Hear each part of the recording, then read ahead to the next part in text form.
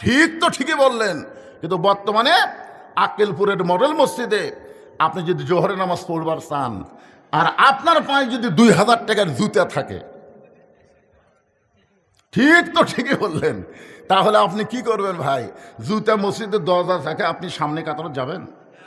আপনার মন বলবে জুতা হেরাস না, জুতা হেরাস না। কারণ বর্তমানে বাংলাদেশে যে আইন চলতেছে, এই আইনে চোর ডাকাত বাটপার চাঁদাবাজদের মশান বাড়তিছে। জোরে কোন কথা ঠিক কিনা?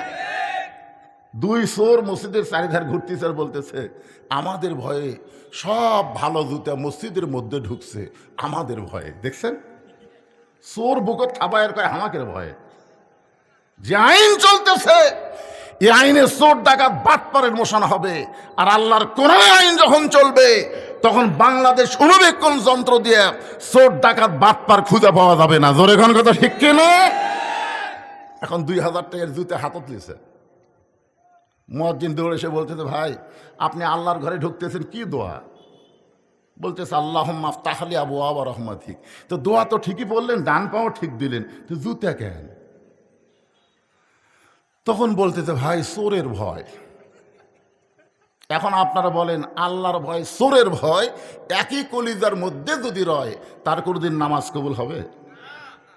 তাহলে আল্লাহর ভয় শুধুমাত্র অন্তরে রাখতে গেলে এই মানুষের তৈরি সংবিধান আর চলবে না, আল্লাহর কোরআনের আইন চালাতে হবে জাগা মতো। জোরে কোন কথা ঠিক কি না? সেই জাগার নাম কি? আরো জোরে, জোরসে বলেন। তারা বুঝবার পারতেছেন, আমি বুঝা দিব তো। এখন আপাতত ময়না পাখির মতো না বুঝাই বলেন। আমি বগুড়া রহমাননগরে দেখছি একটা ময়না পাখি, গেট খুললেই ময়না পাখি বলতো চামালিকম, মানে গেট খোলার সাথে ময়নার ওই সালামের সম্পর্ক। কুত্তাও যদি গেট খোলে চামালিকম। আপনার বলেন তো ময়না পাখি কি সালাম বোঝায়? কিন্তু ও কেন বলে? ওর সাথে একটা সংযোগ করে দিয়েছে, গেট খোলা মাত্রই সালাম দেওয়া লাগবে। আজকে আমাদের বাংলাদেশে সংসদে কেন আল্লাহর কোরআন? অবশ্যই এটা আপনাদের বুঝাতে হবে। জোরে কোন কথা ঠিক কিনা? ঘরের মধ্যে কোরআন, মাদ্রাসার মধ্যে কোরআন, কোরআনের মাহফিলে কোরআন কাম হলো না। আমি তো তুই আমি বক্তা, আল্লামা সাইদ হুজুর 50 বছর আল্লাহর কোরআনের হক তাফসীর করেছে, তারপরেও কোরআনের কিছুই দেখতে পারলাম না, বরং তাকে জেলখানা থেকে বের করে হাসপাতালে হত্যা করা হলো। এইটাই হলো বাংলাদেশের নমুনা। জোরে কোন কথা ঠিক কিনা? আমি যে বলবো আল কোরআনের আলো বোঝেন বা না বোঝেন, আজকে একটা স্লোগান দেন, সংসদে জালো আল কোরআনের আলো। আপনি বলতেছেন না কোন দল? আমি বলছি ভাই আপনি ওই বেড়াতে যে দল করেন করেন, অসুবিধা নেই, কিন্তু আমরা সামিয়ার তলে সবাই কয় দল? মসজিদের মধ্যে চেয়ারম্যান সাহেব আমার সাথে যদি নামাজ পড়ে আর সামনে যদি 4 আঙ্গুল যায়, আমি কি খাড়া হয়ে থাকবো? আমি হাত ধরে টেনে বলবো কাতারও তাই লাইন দোষণ। চেয়ারম্যান যদি বলে হুজুর আপনি আমাকে টানেন কেন? আরে আপনি যেই দলই করেন, আল্লাহর ঘরের মধ্যে ঢুকলে কোনো দল চলবে না, সমস্ত দল ভাঙ্গে এক কাতার হওয়া লাগবে। ধরে কোন কথা ঠিক কিনা? আল্লাহর কোরআনের মাহফিলে যখন এসেছি, তখন কোরআনের পক্ষে আমাদের কথা বলতেই হবে। ধরে কোন কথা ঠিক কিনা ভাইজান? কোরআন শুধু দোয়া দরুদ ফুফা দেওয়ার জন্য আসেনি তো। মেয়েটা বলে পথিক, তুমি যদি হযরত ওমরকে চিনতা তাহলে এরকম বেসাইদা কথা বলতা না। ওমর আল্লাহর কোরআনকে যখন থেকে রাষ্ট্র চালায়, তখন থেকে পৃথিবীর এক প্রান্ত থেকে আর এক প্রান্তে একটা মহিলা যাবে, ওই মহিলার কলিজায় কেবলমাত্র আল্লাহ ছাড়া অন্য কারো ভয় থাকবে। ওমর ফারুক বললেন, মা তোমার কথা শুনে আমার খুব খুশি লাগতেছে, কিন্তু তুমি যে ধীর গতিতে চলতেছ, আমার মনে হয় তোমার ভিতরে কোনো দুঃখ আছে। আমার মনে হয় তোমার ভিতরে কি আছে? কোনো দুঃখ আছে। মেয়েটা বলতেছে আসলেই তাই, আমি একজন দুঃখী নারী। আজকে 6 দিন হলে হযরত ওমরকে আমি খুঁজে বেড়াই। আমি আসলে একজন দুঃখী নারী, আজকে 6 দিন হলে হযরত ওমরকে আমি খুঁজতেছি। ওমর ফারুক বললেন, মা তুমি কি পাগলি নাকি? ওমরকে যদি খুঁজবার চাও তাহলে বঙ্গভবনে যাও, গণভবনে যাও, সংসদ ভবনে যাও, রাষ্ট্রীয় ভবনে যাও। এইগুলো ভবন বাদ দিয়ে তুমি 2 পাহাড়ের মাঝখানে খুঁজতেছো, ওমর কি উঠ দুম্বা? যে দুই পাহাড়ের মাঝখানে খুঁজলে তুমি তাকে পাবা। মেয়েটা বলে, পথিক তুমি জানো না, আল্লাহর কোরআন দিয়ে যখন থেকে রাষ্ট্র চলবে তখন থেকে নেতাদের খোঁজা লাগবে না, নেতারাই দুঃখী মানুষকে খুঁজে বেড়াবে। ধরে কোন কথা ঠিক কিনা? আজকে নেতা খোঁজা লাগে, গরিবের বন্ধু, সমাজ সেবক, জনদরদি, হাইরে দরদি নেতা ভাই, ভোটটাই ওই শালা আর এলাকাত নাই। ধরে কথা কর না কেন? আর এলাকাত নাই। হঠাৎ মাঝে মধ্যে বেড়াবার আসে, বসন্তের কুকিল মাঝে মধ্যে আসে। তো যারা দয়া করে ভোট দিছে ওই গরিবের নেতার সাথে দেখা করবার কাছে যায়, দেখে চামচের অত্যাচারে নেতার ধারতি যাওয়া যায় না। এত চামচা, বুঝলেন? নেতা মানে চামচা। এখন চামচার অত্যাচারে নেতার কাছে যাওয়া যায় না। এই নেতা না ভোটের আগে বললো গরিবের বন্ধু, জনদরদি, সমাজ সেবক, এখন ভোট পাইয়া চামচার অত্যাচারের কাছে যাওয়া যায় না। এটা কোনো নেতৃত্ব নয়। মেয়েটা বলতেছেন, প্রতীক শোনো, আল্লাহর কোরআন দিয়ে যখন রাষ্ট্র চলবে তখন নেতা খোঁজা লাগবে না, নেতারাই দুঃখী মানুষকে খুঁজে বেড়াবে। আমি 6 দিন হলে ওমরকে খুঁজতেছি, আর 1-8 দিনের ভিতরে যদি ওমরকে না পাই তাহলে জায়গা মতো বিচার দিব। বুঝবার পারেননি? যদি 7 দিন, আমার সময় কয় দিন? 6 দিন খুঁজেছি, আর 1-8 দিনের মধ্যে যদি উমরকে খুঁজে না পাই তাহলে জায়গা মতো বিচার দেব। যেই বলেছে জায়গা মতো বিচার দেব, ওমর ফারুক হাঁটু গেড়ে বসে গেছে। জায়গা বোঝেন?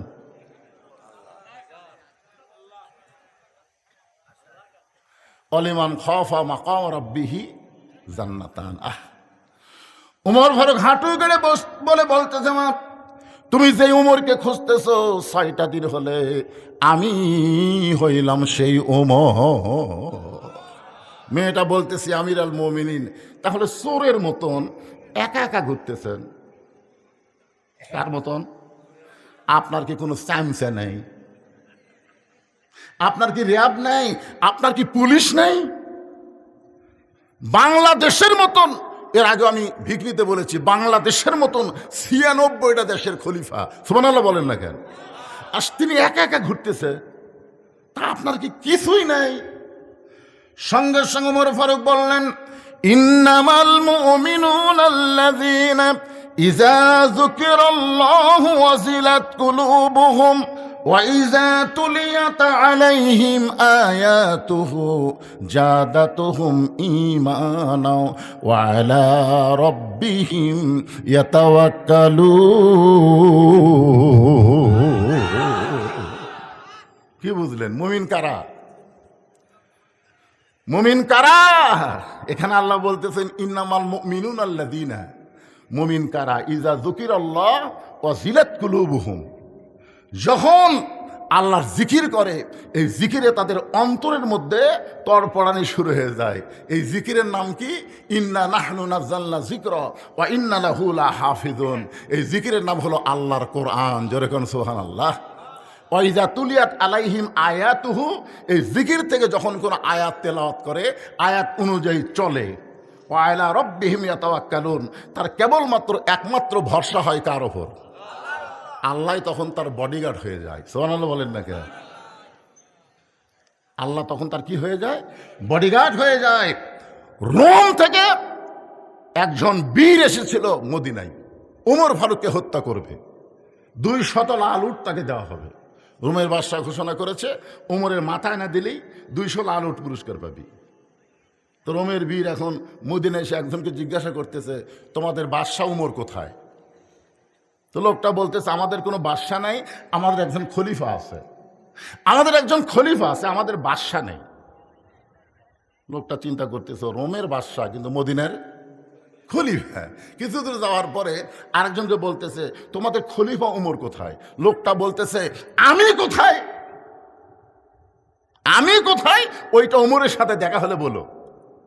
আমার ঠেকা পড়েনি উমর কোথায় খোঁজা, বরং আমি কোন জায়গাতে আছি উমর আমাকে খুঁজতেছে। ধরে গেল সুবহানাল্লাহ। রোমের বীর কয়, এই মদিনার লোকজন কি পাগল টাগল নাকি? কিছু তো যাওয়ার পরে বলতেছে, ভাই তোমাদের খলিফা উমরের বাসা কোথায়, প্রসাদ কোথায়? তখন বলতেছে, কোনো বাসা প্রসাদ নাই, মাঝে মধ্যে গাছতলার ঘুম পাড়া দেখি, তোমাদের দেখবার মন চায় ওই গাছের কাছে যাও, মাঝে মধ্যে এসে গাছের ছায়ে ঘুম পাড়ে। রোমের বীর চিন্তা করতেছে, যে লোকটা ফাঁকা জায়গায় ঘুম পাড়ে, কোনো প্রাচীর নেই, এই লোকটার মাথার দাম 200 লালুট। যখন ঘুম পাড়বে ওই সুযোগেই শেষ করার নিয়তে গাছের ডালে বসে বীর দেখতেছে, রোমের বীর দেখতেছে। ইতিমধ্যে হযরত উমর আসতেছে, কেমন যেন একেবারে ফ্যাকাশা চেহারা নিয়ে এসে মাথার পাগড়ি খুলে মাটিতে বিছাইয়ে দিলেন, ডান হাতকে বালিশ বানায়া ওই পাগড়িতে শুয়ে একটা দোয়া পড়লেন, আল্লাহুম্মা বিইসমিকা আমুতু ওয়া আহইয়া। এই দোয়া পড়াও শেষ, ঘুম ধরাও শুরু। আমাকে এলাকার মেম্বরেরা রাত্রেবেলা ঘুমায় না, কেউ যদি জুতা পর্দা হাঁটে, বক কই দেখো তো র্যাব আইছে নাকি, এত গম মারা মারছে, হাঁটন দেইল কয় র্যাব আইছে। অথচ অর্ধ জাহানের খলিফা হযরত ওমর দোয়া পড়াও শেষ, ঘুমটাও শুরু। রোমের বীর চিন্তা করে, এই মানুষের মাথার দাম কোনোদিন 200 লালুট হতে পারে না। আস্তে করে গাছ থেকে নেমে নিয়ত করে যখন ছুরি দিয়ে ওমর ফারুকের মাথা কাটবে, কেবল নিয়ত করেছে, গাছ থেকে নেমে ছুরি দিয়ে তার মাথা কাটবে, নিয়ত করার পরে তাকায় দেখে বিশাল একটা বাঘ হযরত ওমর ফারুকের দেহ আবৃত করে তাকে ছায়া দান করতেছে। ওয়ালা রব্বিহিম ইয়াতাওয়াক্কালুন। ওমর ফারুক বলতেছে, মা র্যাব লাগবে না, পুলিশ লাগবে না, আমার আল্লাহ আমাকে হেফাজত করবে। জোরে কর সুবহানাল্লাহ। এই বিশ্বাস যদি নেতাদের অন্তরে থাকে আল্লাহ হেফাজত করবে, তাহলে নেতার আশেপাশে পুলিশ ঘোরা লাগবে? আজকে নেতার আশেপাশে পুলিশ দেখলে মনে হয় সবচাইতে বড় ডাকাত আছে। জোরে কর কথা ঠিক কিনা? আমার ছোটবেলার কথা মনে আছে, আমাদের এলাকায় কাদের ডাকাত, কি ডাকাত, কাদের ডাকাত, একে 10-15 জন পুলিশ ঘিরে ধরে রাখছে। আমি দাদাকে বললাম, দাদা ওই যে একটা মানুষকে পুলিশেরা ঘিরে ধরে আছে, ওই মানুষটা কি? আমার দাদা বলতেছে, কাদের ডাকাত ভাই, কাদের ডাকাত। এমনভাবে পুলিশ ঘিরে ধরেছে ও যেন পলাবার না পারে। এখন যখন নেতা আসে, ওই নেতার আশেপাশে পুলিশ দেখে মনে হয় এটা নেতা না, এটা হলো কাদের ডাকাত। জোরে কোন কথা ঠিক কি না? আমরা একটা পাইছিলাম ওবায়দুল কাদের। জোরে কোন কি কাদের? হায় হায়, স্টেজে উঠবার পারে না, 2 জন হাত ধরে টানে তোলে আর মাইক ধরেই বলে খেলা হবে, খেলা হবে, খেলা হবে। খেলবার গেলে মাজাত বল থাকা লাগবে। জোরে কোন কথা ঠিক কি না? ওমর ফারুক বললেন, মা কি দুঃখ তোমার অন্তরে যে 6টা দিন হলে তুমি আমাকে খুঁজতেছ, এখন বলো তোমার দুঃখ কি? মেয়েটা বলতেছে, আমির আল মুমিনিন, আমার জীবনের সবচাইতে বড় দুঃখ হলো আমি 6 বছর বয়সে ঈমান গ্রহণ করেছি। খুব মনোযোগ দিয়ে শুনবেন, আমি 6 বছর বয়সে ঈমান গ্রহণ করছি। ঈমানের কলেমা পড়া আর ঈমানকে গ্রহণ করা এক না। আজকে আমরা ঈমানের কলেমা পড়েছি কিন্তু ঈমানকে গ্রহণ করি নাই। সাহাবেরা বললেন, হুজুর ঈমানকে গ্রহণ করা কেমনে? আল্লাহ রাসূল বললেন, ইকরার বিল লিসান, তাসদিকু বিল জানান, আমল বিল আরকান। এরই নাম হলো ঈমান। শুধু মুখে বললে হবে না, ঈমানকে কলিজার মধ্যে জায়গা দেওয়া লাগবে। শুধু কলিজার মধ্যে জায়গা দিলে হবে না, আমলের মাধ্যমে ঈমানকে প্রকাশ করতে হবে। জোরে কোন কথা ঠিক কিনা? আমলের মাধ্যমে। আমল কি? কাজের মাধ্যমে। এসে বলতেছে, স্যার আপনি হলেন একটা দলের নেতা, আপনার ফাঁসি কার্যকর করবে যদি আপনি রাষ্ট্রপতির কাছে বাঁচার দরখাস্ত লেখেন, রাষ্ট্রপতি দয়া করে যদি আপনাকে মাফ করে দেয়, তাহলে আপনার ফাঁসি কার্যকর হবে না। তাসদিকুল জিনান, কলিজার ঈমান বলতেছে, উকিল তোমার কথা শুনে আমার হাসি লাগতেছে। উকিল বলে, হাসি কেন? বলে, তুমি যে রাষ্ট্রপতির কাছে আমাকে দরখাস্ত লিখতে বলতেছো বাঁচার জন্যে, আমি আমার জীবনে 3টা রাষ্ট্রপতিকে ক্ষমতার থাকা অবস্থায় মরা দেখছি। একটা হলো শেখ মুজিবুর রহমান, একটা হলো জিয়াউর রহমান, একটা হলো জিল্লুর রহমান।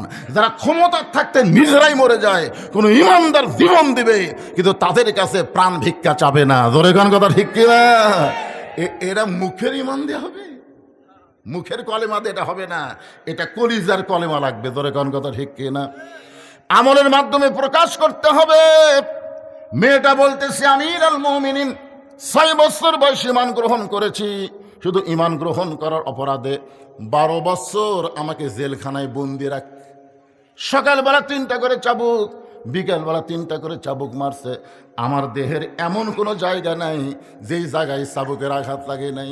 আমির আল মুমিনিন, আমি যেই দেশের জেলখানায় বন্দি ছিলাম ওই দেশের নাম হলো রোম দেশ। আপনি রোম পারস্য যখন দখল করলেন, তখন আপনি ঘোষণা করে দিলেন মুসলমান কোন রাষ্ট্র যখন দখল করবে, ওই রাষ্ট্র তখন আল্লাহর কোরআন দিয়ে চলবে। আর আল্লাহর কোরআন দিয়ে যখন কোনো রাষ্ট্র চলবে, ওই রাষ্ট্রের কোনো জেলখানার দরকার থাকবে না। আপনি জেলখানার দরজাগুলো উন্মুক্ত করে দিলেন। এখন আমি একজন মুমিনা নারী, জেলখানার দরজা খোলা পেয়ে আমি যাব কোথায়? কারণ আমার দাদা খ্রিস্টান, আমার বাবা খ্রিস্টান, যেই দেশে আমি ঈমান গ্রহণ করেছি ওই দেশের সবাই খ্রিস্টান। সবাই যখন তাদের আপন ঠিকানায় চলে গেল, আমার কোনো ঠিকানা নাই। আমি 6 দিন হলে আপনাকে খুঁজতেছি, যদি আপনাকে পাই তাহলে আপনার কাছে এই দুঃখী মেয়েটা একটু আশ্রয় চাই। ওমর ফারুক চোখের পানি বের করে বললেন, মা আমি তোমাকে আশ্রয় দিবার পারবো না। ওমর ফারুকের কথা শুনে মেয়েটা হতাশ হয়ে বললেন, আপনি যদি আমাকে আশ্রয় না দেন তাহলে আমি যাব কোথায়? ওমর ফারুক বললেন, মা ঈমান গ্রহণ করার পরে কোনো মানুষের কাছে মানুষ আশ্রয় চাবে না। তুমি যদি মুমিনা নারী হও, তুমি যদি একজন নারী হও, তাহলে আল্লাহ পাক তোমাকে অধিকার দিয়েছে। জোরে কোন সুবহানাল্লাহ। আশ্রয় দেওয়ার মালিক কে? আল্লাহ। মানুষের কাছে কোনো মানুষ আশ্রয় চাইতে পারে না। তুমি আমার কাছে আশ্রয় কেন চাচ্ছ? ইসলাম তোমাকে অধিকার দিয়ে দিছে। আপনারা বলেন তো, ইসলামী নারীদের অধিকার আছে না নাই? আর ওই ফাজিল ফকরার কি বলতেছে যে আল্লাহর কোরআন দিয়ে যখন বাংলাদেশ চলবে তখন তোমাকে কিন্তু অবস্থা সেই রকম, বাড়ির থেকে বারবার দিবে না, মার্কেট করবার পারবে না, এ করবার পারবে না, সে করবার পারবে না, তোমাকে রেখে প্যাকেট করে খুরমা খেজুরের মতন।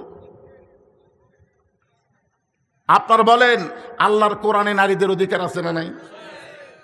আল্লাহ রাসূল ঘরের দরজা খুলে বসে আছে। ইতিমধ্যে উম্মাহাতুল মুমিনিন মা আয়েশা ঘরের মধ্যে ঢুকছে। নবী আস্তে করে উঠে গিয়ে দরজা বন্ধ করে দিলেন। যেই দরজা বন্ধ করছে, মা আয়েশা থরথর করে কাঁপতেছে। রাসূল বলে, আয়েশা কাঁপো কেন? বলে, হুজুর কাঁপার কারণ হলো আপনার জুতার পরশে আল্লাহর আরশ ধন্য হয়ে গেছে। আপনার জুতার পরশে আল্লাহর আরশ ধন্য হয়ে গেছে।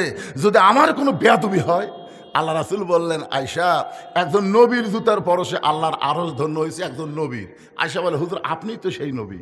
রাসূল বলে, আমি নবী ছিলাম। আমি নবী ছিলাম ততক্ষণ পর্যন্ত যতক্ষণ ঘরের দরজা খোলা ছিল। যেই দরজা বন্ধ হয়ে গেছে, আমি এখন নবী নাই, আমি হলাম স্বামী, তুমি আমার বিবি। জোরে কান সুবহানাল্লাহ। রাসূল আমার হাত বাড়ায় দিলেন আয়েশার দিকে।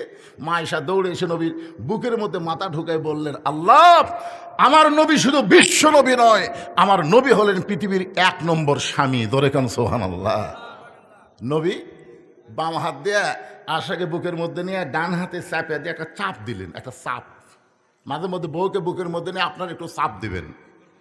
এই চাপ দেওয়া হলো নবীর সুন্নাত। সুবহানাল্লাহ কন না কেন? আমি কি বলছি, অপরের বউ না নিজের বউ? নিজের বউ। অন্যকে চাপ ঠিকই মারতেছে। আল্লাহ রাসূল ডান হাতে যখন আয়েশার বুকের মধ্যে নিয়ে একটা চাপ দিলেন, এমন সময় আল্লাহ জিবরাইলকে বলেন, জিবরাইল তাড়াতাড়ি আল্লাহর কোরআন নিয়ে নবীর কাছে যাও। নবী ঘরের মধ্যে যে আমল করতেছে, এই আমলে আমার আরশ খুশি হয়ে গেছে। জোরে খান সুবহানাল্লাহ। জিবরাইল চমকে উঠছে, কে রে? নবী আজকে ঘরের মধ্যে কি আমল করতেছে যে আমল করার কারণে আল্লাহর আরশ খুশি হয়েছে? আল্লাহ বললেন, হুন্না লিবাসুল লাকুম ওয়া আনতুম লিবাসুল লাহুন্না। এই আয়াতের বাংলা অর্থ হলো স্বামী বিবির পোশাক, বিবি হলো স্বামীর পোশাক। আপনার বলেন তো, ইসলামী নারীদের অধিকার আছে না নাই? এতদিন ভুয়া ইসলাম প্রচার করেছে, স্বামীর পায়ের তলে বইয়ের জান্নাত। স্বামীর পায়ের তলে বইয়ের জান্নাত না, মায়ের পায়ের তলে সন্তানের জান্নাত। জোরে কোন কথা ঠিক কিনা? মরদ মানুষের পায়ের তলে কোনো জান্নাত নাই। জান্নাত হলো নারীর পায়ের তলে, সে নারী যদি মা হয়। এখন আপনারা বলেন তো, ইসলামে মায়ের দাম বেশি না বাপের দাম বেশি? এই মায়েরা বোঝে না, বাপের চাইতে মায়ের দাম 3 গুণ বেশি একটা সন্তানের কাছে। জোরে কোন কথা ঠিক কিনা? ওমর ফারুক বললেন, মা ইসলাম তোমাকে বহু অধিকার দিয়েছে, এই মুহূর্তে তোমার 1 নম্বর অধিকার হলো তোমার বয়স কত? মেয়েটা বলতেছে, আমিরুল মুমিনিন 6 বছর বয়সে ঈমান গ্রহণ করেছি, আর জেলখানার মধ্যে 12 বছর আমি জীবন কাটাইছি। 6 আর 12 একত্র করলে কত হয়? ওমর ফারুক বললেন, মা এই 18 বছরের একজন যৌবনা নারীর জন্যই ইসলামের 1 নম্বর অধিকার হলো ভালো একটা ছেলের সঙ্গে বিয়ে বসা। ভালো একটা ছেলের সঙ্গে কি বসা? ভালো ভালো, এটা খেয়াল করবেন। সুন্দর হতে পারে শাকিব খান, কিন্তু ভালো না। শাকিব খান ভালো না, বিয়ার আগেই বাচ্চা পেটত দেয়, জোরে কোন কথা ঠিক। বাংলাদেশের সুদর্শন নায়কের নাম কি রে ছেলেরা, নাম কি? শাকিব খান, কিন্তু বিয়ের আগেই পেটত বাচ্চা দেয়। এই অপু সরকার কন আর বুবলি কন আর যাই কন, ওরা বাচ্চা লিয়ে হাজির। বিয়া হলো কবে, কবে বাচ্চা পেটত আসলো, কে বিয়ে পড়ালো, এগুলা কোনো খবর নাই, বাচ্চা নিয়ে হাজির। তার মানে বোঝা গেল সুন্দর হলেই ভালো হয় না, কথা বলেন ঠিক কিনা? এখানে বলতেছে ওমর ফারুক একটা ভালো ছেলের সঙ্গে বিয়া বসার অধিকার আছে। ভালো ছেলের 1 নম্বর গুণ কি, যে বিবাহে ডিমান্ড নিবে না, মহারণা নগদ দিবে। বিবাহে কি নিবে না, ডিমান্ড নিবে না। আপনার ডিমান্ড মনে হয় বোঝেন না, মহারণা নগদ। মহারণা দেওয়া হলো ফরজ, আর ডিমান্ড নেওয়া হলো হারাম। জোরে কোন মহারণা দেওয়া কি? এ কথা জোরে কন না কেন? আপনার কি বাকি থিয়া বিয়ে করছেন নাকি? আপনার কেউ বাকি থিয়া বিয়ে করছেন? প্রত্যেকটা দোকানে লেখা আছে আজ নগদ কাল বাকি, তার মানে বাকির নামই কি? জোরে কোন বাকির নামই। যারা মহারণা বাকি থিয়া বিয়ে করছেন, শোধ করছেন, এখন এরই উপর যদি ওয়াজ হয় তাহলে অধিকাংশ বাচ্চাই তো হালাল দাদা নয়। জোরে কোন কথা ঠিক কিনা? তা আপনাকে খেপাচ্ছি না, আমি রাগ করাচ্ছি না, একটু মনোযোগ দিয়ে শুনবেন। ওমর ফারুক বললেন, মা এই মুহূর্তে তোমার কোনো অভিভাবক নাই, তুমি বড় একা হয়ে গেছো, আমার কাছে ভুল করে আশ্রয় চাইছো। আমি তোমাকে একটা ভালো ছেলের খবর দিব, কারণ তুমি তো আর ভালো ছেলে খুঁজতে পারবা না, কারণ তোমার অভিভাবক নাই। আমি বরং তোমার অভিভাবক হইয়া একটা ভালো ছেলের খবর দিচ্ছি, দেখো তো ছেলেটা তোমার পছন্দ হয় কিনা। মেয়েটা বলতেছি আমির আল মুমিনিন, সে ভালো ছেলের খবর কি? ওমর ফারুক বললেন 30 পারা কোরআনের হাফেজ। আর সুবহানাল্লাহ বাড়ায়, MBBS ডাক্তার, ইঞ্জিনিয়ার, ব্যারিস্টার। ওরে কি মনে করতেছেন? আপনার আশেপাশের মাদ্রাসার কোনো বাচ্চা যখন রাস্তাতে হেঁটে যায়, আপনি জানেন ওর পায়ের তলে ফেরেশতারা নূরের পাখা বিছিয়ে দেয়। সুবহানাল্লাহ কন্যাকে। একটা হাফেজের দিকে তাকান, একটা আলিমের দিকে তাকান, আল্লাহ সগীরা গুনাহ মাফ করে দিবে। একটা ব্যারিস্টারের দিকে তাকান, একটা ডাক্তারের দিকে তাকান, একটা গুনাহ মাফ হওয়ার কোনো রেকর্ড নাই ইসলামে। আর ঠিক কয় না। ওমর ফারুক বললেন ছেলের 1 নম্বর যোগ্যতা হলো 30 পারা কোরআনের হাফেজ, 2 নম্বর যোগ্যতা হলো 6 লক্ষ হাদিসের হাফেজ। 30 পারা কোরআনের হাফেজ, শিক্ষাগত যোগ্যতাকে শোনেন, 6 লক্ষ হাদিসের হাফেজ। ছেলেটার বয়স হলো মাত্র 22 বছর। ছেলেটার বয়স হলো মাত্র 22 বছর, লম্বায় হলো 6 ফুট 2 ইঞ্চি, গায়ের রং ফর্সা, চাঁদের মতন চেহারা। নামটা হলো আব্দুল্লাহ ইবনে ওমর। কার ছেলের খবর দিচ্ছে? ছেলেটার নাম হলো আব্দুল্লাহ ইবনে ওমর।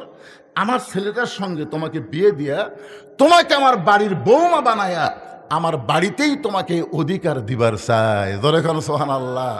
তোমাকে আমার কি বানায়া? জোরে খান কি? খেতলাল আক্কেলপুর আর আমার কাহালুতে একই। আমাদের এলাকায় বেটার বউকে বৌমা কয়। তা আমি 3-4 বার বৌমা করলাম, সবাই আপনারা বৌমা বলতেছেন, কিন্তু আমার বাম পাশে একটা সভাপতি ছিল, ওই আর কথা কয় না। আমি সভাপতিকে বললাম, সভাপতি সাহেব সবাই বৌমা বলতেছে, বেটার বউ বৌমা হয়, আপনার কি বেটা নেই? হুজুর 2টা আছে। বিয়ে কি এখনো করানি? করাছে হুজুর। তো বৌমা খন না কেন? হুজুর আপনার ওয়াজ অনুযায়ী তো বউ পাইনি। আমার 2 বেটার বউ বৌমা হয়নি, এরা 2 জন আছে বউ দাজ্জাল।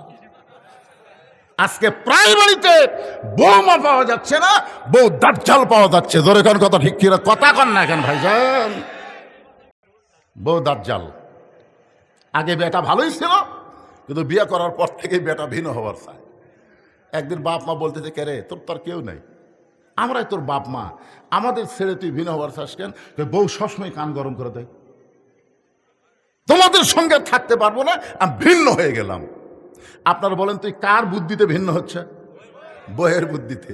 আপনারা বলেন যে বউ বাপ মা থেকে তার স্বামীকে ভিন্ন নিয়ে যায়, ওটা কি বউ মা হয় না বউ দাজ্জাল হয়? আপনাকে ঘরে ঘরে কোনটা পাচ্ছেন? দাজ্জাল পাচ্ছেন না মা পাচ্ছেন? দরকার হলে বউ দাজ্জাল বাদ দিয়ে বেটাকে আর একটা বিয়ে করান, কিন্তু দাজ্জাল যে বাড়িতে থাকবে, এই বাড়িতে কোনো রহমত বরকত থাকবে না। জোরে কোন কথা ঠিক না? ওমর ফারুক বললেন, মা আমার আব্দুল্লাহর সঙ্গে তোমার বিয়াটা দিয়া তোমার বাড়িতে আমার বৌমা বানায়া আমার বাড়িতেই তোমাকে অধিকার দিবার চাই। মেয়েটা মুস্কি মুস্কি হাসতেছে বোরকার ভিতরে। ওমর ফারুক বলেন, মা আমার আব্দুল্লাহর সঙ্গে তোমার বিয়ে হবে, তুমি কিছুই বলতেছ না। মেয়েটা বলতেছে, আমিরুল মুমিনিন, একটা ভালো ছেলের সঙ্গে বিয়ে বসার অধিকার আমার আছে। আব্দুল্লাহর চাইতে ভালো কোনো ছেলে কি নাই? ওমর ফারুক বললেন, আমার দুই চোখে আব্দুল্লাহর চাইতে ভালো কোনো ছেলে আমার চোখে পড়ে না। মেয়েটা বলতেছে, তাহলে আমি একটা ছেলের নাম বলবো, দেখেন তো এই ছেলেটা আপনার চোখে কেমন লাগে। ওমর ফারুক চুম করছে, কে? তাই 6 বছর বয়সে জেলত বন্দি হলো, 12 বছর জেলখানা থাকলো, আর সেই মেয়েটা ভালো ছেলের খবর দিবে। ওমর ফারুক বললেন, মা তাহলে বলো তোমার কাছে ভালো ছেলের খবর কি? মেয়েটা বলতেছে, বাবার নাম হলো হযরত আলী, মায়ের নাম হলো খাতুনে জান্নাত ফাতেমা, নানার নাম হলো বিশ্বনবী মুহাম্মদ রাসূলুল্লাহ, তার নাতি হলো হোসাইন। এখন বলেন, আপনার আব্দুল্লাহ ভালো না হোসাইন ভালো? যেই বলতেছে, এখন আপনি বলেন আপনার আব্দুল্লাহ ভালো না হোসাইন ভালো? উমর ফারুক বললেন, মা সাইদুস শাবাবে আহলিল জান্নাহ হাসান হোসেন রাদিয়াল্লাহু তাআলা আনহুমা কাল রাসূলুল্লাহ, আল্লাহর নবী বলেছেন জান্নাতি যুবকদের সর্দার হবে 2 জন, একটা হাসান আর একটা হোসাইন। তাহলে যারা যুবক, এই যুবক যারা কোরআনের মাহফিল করতেছ, তোমরা কি হাসান হোসেনের জীবনী জানো? অথচ এই হাসান হোসেন হবে জান্নাতি যুবকদের সর্দার। তোমরা যদি জান্নাতে যাবার চাও, হাসান হোসেন সম্পর্কে জানার দরকার আছে না নাই? দরকার আছে না নাই? খালি কোরআনের মাহফিল করতেছ, কি জন্য হাসান, কি জন্য হোসাইন? আল্লাহ কেন বললেন লিয়াবলুয়াকুম আইয়ুকুম আহসান আহসানু আমালা? কেন বললেন? সঙ্গে ওমর ফারুক বললেন, মা তুমি যে হোসেনের কথা বলতেছো, আমার আব্দুল্লাহর চাইতে 1000 গুণ ভালো। মেয়েটা বলতেছে, তাহলে আপনার আব্দুল্লাহর চাইতে 1000 গুণ ভালো যদি হোসাইন হয়, সেই হোসাইন থাকতে আমি অন্য কোনো আব্দুল্লাহর সঙ্গে বিয়ে বসবো না। আপনি যখন বলেছেন ভালোর সঙ্গে বিয়ে বসার অধিকার আছে, তো ভালো থাকতে এটা কেন? ওমর ফারুক মেয়েটাকে নিরাপদ আশ্রয় দিলেন। পরন্তু বিকালবেলা হযরত আলীর দরজায় গিয়ে সালাম দিলেন, আসসালামু আলাইকুম ইয়া আহলাল বাইত। কোন বাড়ির দরজা দিয়ে সালাম দেওয়া কার সুন্নত? জোরে বলেন, কার সুন্নত? এটা কি ভোটের আগে না ভোটের পরেও?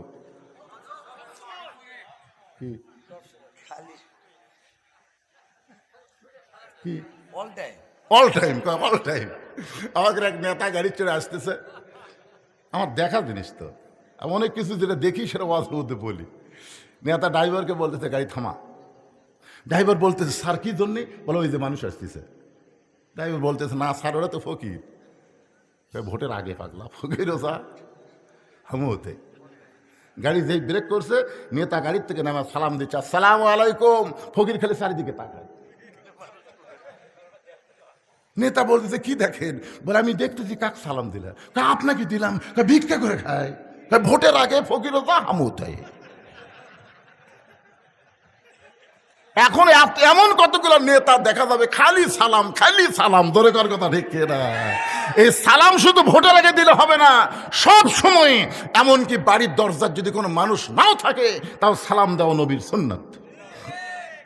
এমনকি কবরে কোনো জীবিত মানুষ নাই, তারপরেও কবরের ধার দিয়ে যাওয়া হলো সালাম দেওয়া নবীর সুন্নাত। জোরে কর সুবহানাল্লাহ। আসসালামু আলাইকুম ইয়া আহলাল কুবুর। এই কবরবাসী যারা, তাদের উপর আল্লাহ রহমত বর্ষিত হোক। জোরে কর সুবহানাল্লাহ। তাহলে জীবিত মানুষকেও সালাম দেওয়া যাবে। যদি দরজায় কোনো মানুষ না থাকে, তারপরেও বাড়িকে লক্ষ্য করে সালাম দেওয়া যাবে। কোনো মানুষ যদি জীবিত না থাকে, কবরস্থানেও সালাম দেওয়া যাবে। হযরত ওমর আলীর দরজায় গিয়ে সালাম দিয়ে বললেন, আম্মা সাইলা ফালা তানহার। হযরত আলী চমকে গেলেন, কারণ সালাম শুনি বুঝতে পারছে এটা উমর ফারুকের সালাম। কিন্তু এর পরে যে আয়াতটা পড়ল, বুঝতে পারছেন, আম্মা সাইলা ফালা তানহার। হযরত আলী দরজা খুলে বলতেছে, আমিরুল মুমিনিন, আল্লাহ রহমত আপনার উপর বর্ষিত হোক। কবে থেকে ভিক্ষা শুরু করলেন? আপনি ফকিরের আয়াত কেন তেলাওয়াত করলেন? ওমর ফারুক বলে, আলী, আজকে আমার জীবনের সবচাইতে বড় বিপদ। তো বড় বিপদ হলে ইন্না লিল্লাহ পড়া লাগবে। ধরে কোন কথা ঠিক কিনা? ইন্না লিল্লাহি ওয়া ইন্না ইলাইহি রাজিউন। আপনি ফকিরের আয়াত কেন বললেন? ওমর বলতেছে আলী, জীবনে কোনোদিন ঘটকালি করি নাই, আজকে প্রথম ঘটক হয়ে তোমার দরজায় তোমার হোসেনের ব্যাপারে আমি ওমর একটু ঘটকালি করবার চাই। আলী বললেন, আলহামদুলিল্লাহ, আপনার মতন মহান ব্যক্তি যদি ঘটক হয় তাহলে পাত্রী অবশ্যই ভালো হবে। আপনার বলেন তো, ঘটক যদি ভালো হয় পাত্রী খারাপ হবে? বাবা মুরব্বী, কি হয়েছে বাবা? হ্যাঁ হ্যাঁ, এইরকম বয়সের লোক ধরে নিয়ে যাও বাবা, ধরে নিয়ে যাও, অসুবিধা নাই তো, বয়স বেশি। আপনারা বলেন তো, সব বয়সে ওয়াজ শোনা লাগবে? জোরে কারণ সব বয়সীকে ওয়াজ শোনা লাগবে? ওনাকে আল্লাহ পেনশন দিয়ে দিছে, আল্লাহ দিয়ে দিছে। সরকারি চাকরি যারা করে বুড়া বয়সে তাদের চাকরি করা লাগে না, বসে থেকে বেতন দেয়। জোরে কারণ কথা ঠিক কি না? সরকারি চাকরি বোঝেন আপনারা? বোঝেন, কিন্তু সরকারি বয়স বোঝেন না। আমি যুবকদের মাহফিল, যুবকদেরকে লক্ষ্য করে বলতেছি, একটু মনোযোগ দিয়ে শোনেন। হযরত আলী বলতেছেন, আপনার মতন মহান ব্যক্তি যদি হোসেনের ঘটক হয় তাহলে পাত্রী অবশ্যই ভালো হবে। ওমর ফারুক বললেন, 1 নম্বর গুণ হলো 6 বছর বয়সে ঈমান গ্রহণ করছে। পাত্রীর 2 নম্বর গুণ হলো 12 বছর ঈমানের পরীক্ষা দিয়েছে। সকালবেলা 3টা করে চাবুক, বিকালবেলা 3টা করে চাবুক মারছে, এরপরেও মেয়েটা ঈমান হারা হয় নাই। ওমর ফারুক বললেন, পাত্রীর 3 নম্বর গুণ হলো, আমার হাদিসের হাফেজ, কোরআনের হাফেজ আব্দুল্লাহর সঙ্গে বিয়ে দিবার চাইলাম, কিন্তু মেয়েটা আমার আব্দুল্লাহকে অ্যালাউ করে নাই।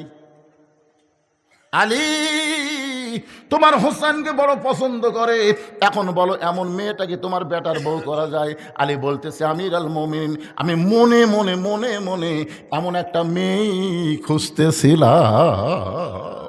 মনে মনে বেটার বউ খোঁজা যাবে, কিন্তু দেখে দেখে খোঁজা জায়েজ নাই। এখন কতগুলো বাপ খালি দেখে বেড়াচ্ছে। এ পর্যন্ত 19টা দেখছে। আমাকে হুজুর 19টা দেখলাম, পছন্দ হয়নি। আমি বললাম, আবার বিয়ে করবে? না হুজুর, নিজের জন্য নয় তো, বেটার জন্য। তো বেটা বিয়ে করবে, আপনি দেখে বেড়াচ্ছেন? কিভাবে দেখেন? লায়া ছেড়ে হাত ধরে কয়, মা দেখি তো তোমার হাতটা, দেখি মা, দেখি তোমার চুল দেখি মা। এই হাত আর চুল দেখবার যায় দেয়, ওই লুচ্চা হয়ে গেছে, ওই আরো দেখবি। ধরে কোন কথা ঠিক কিনে? লালে ফেরা শালা লুচ্চা হয়ে গেছে। বিয়ার আগে বেটার জন্যও যা, বাপের জন্যও তাই। খুব মনোযোগ দেবেন, বিয়ার আগে ছেলের জন্য যা, বাবার জন্যও তাই। একটু মনোযোগ দিয়ে শুনবেন। আলী বলতেছে, এমন একটা মেয়ে আমি মনে মনে খুঁজতেছিলাম। ওমর ফারুক বলেন, আলী তুমি যে মেয়েকে খুঁজতেছিলা সেই মেয়ের খোঁজ যখন আমি দিলাম, এখন বলো কি? বলে, আমার পক্ষ থেকে আমি 100 ভাগ রাজি। বিয়া দিবে কার সাথে? এ কথা কন না কেন? ঘটকালি কার সাথে হচ্ছে? 100 ভাগ রাজিকে ওমর ফারুক বুকের মধ্যে নিয়ে বলতেছেন, আল্লাহুম্মা জিদ মুহাব্বাতান লিল্লাহি ওয়া লিরাসূলিহি। ওমর ফারুক আলী যখন কোলাকুলি করতেছে, এমন সময় হোসেন ঘর থেকে বের হয়ে বলতেছে, আসসালামু আলাইকুম। 2 মুরব্বী, আপনার 2জন যেভাবে কোলাকুলি করতেছেন মনে হয় বিয়ে আপনারাই করবেন। ওমর ফারুক বলে, হোসেন আমরা 2জন তোমার মুরব্বী, তুমি কি মুরব্বী মানো না? হোসেন বলতেছে, আপনার 2জন আমার মুরব্বী আমি জানি, কিন্তু আসল মুরব্বী হিসাবে আমি শুধু একজনকেই মানি। দুনিয়াতে যতই মুরব্বী হোক, কোন মুরব্বী মানা যাবে না, একমাত্র মুরব্বী হলো মুহাম্মদ রাসূলুল্লাহ। ধরে বলেন কথা ঠিক কি না? আজকে তাবলীগেরা 2 মুরব্বী ধরছে, থেকে 2 দল হয়ে গেছে। এক মুরব্বী, আতিউল্লাহ ওয়া আতিউর রাসূল। এরপরে বলা হয়েছে উলিল আমরি মিনকুম, এখানে তো বলা হয়নি আতিউ উলিল আমরি মিনকুম, এখানে আল্লাহ বলে নাই। কুল হে রাসূল আপনি বলেন, ইন কুনতুম তুহিব্বুন আল্লাহ ফাত্তাবিউনি, কেউ যদি আমি আল্লাহকে ভালোবাসতে চাই, আমার গোলাম হতে চাই, তাহলে তার একটাই মাত্র আমল, ফাত্তাবিউনি, আপনাকে গ্রহণ করতে হবে। রাসূল ছাড়া চোখ বন্ধ করে কাউকে মানা যাবে না। জোরে কোন কথা ঠিক কিনা কথা বলেন? ওমর ফারুক বলে, হোসেন তুমি কি বলবার চাও? হোসেন বলতেছে, আপনারা 2জন আমার মুরব্বী, আমি আপনাদের সম্মান করি, কিন্তু আসল মুরব্বী হিসাবে আমার নানাকেই শুধু আমি মানি। ওমর ফারুক বলে, হোসেন তুমি একটু সুন্দর করে বোঝায় বলো। হোসেন বলতেছে, কয়েকদিন আগে আমি স্বপ্নে দেখলাম আমার নানা ঘরের মধ্যে আরাম করতেছে। আমি হুসাইন দরজা গিয়ে বললাম, নানু ভাই আমি একটু ঘরের মধ্যে যাবার চাই। আমার নানা বলতেছে আমি জান্নাতে আরাম করতেছি, এখন দরজা খোলা যাবে না। আমি হোসেন চমকে গেলাম, যেই নানা আমার ভাঙ্গা ঘর থেকে কথা বলতেছে আর সেই নানা জান্নাতে আরাম করতেছে। দরজা না খুললে কি হবে, জানলার একটা ফাঁক দিয়ে আমি তাকায় দেখি আমার নানি উরাতকে বালিশ বানিয়ে দিছে। সেই উরাতের ওপর আমার নানা মাথা দিয়ে শুয়ে আছে। নানি আমার চুলের মধ্যে বিলকি কাটতেছে। আমি রাগ করে বললাম, নানু ভাই নানির উরাতকে বালিশ বানায় শুয়ে থাকলে কি জান্নাতে থাকা যায়? আমার নানা বলে, হোসেন রে তুই ছোট্ট মানুষ, তুই বুঝবি না।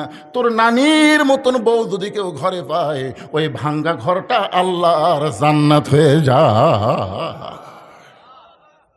তোর নানির মতন বউ যদি কেউ ঘরে পায়, ওই ঘর ভাঙ্গা হলেও আল্লাহর জান্নাত হয়ে যায়।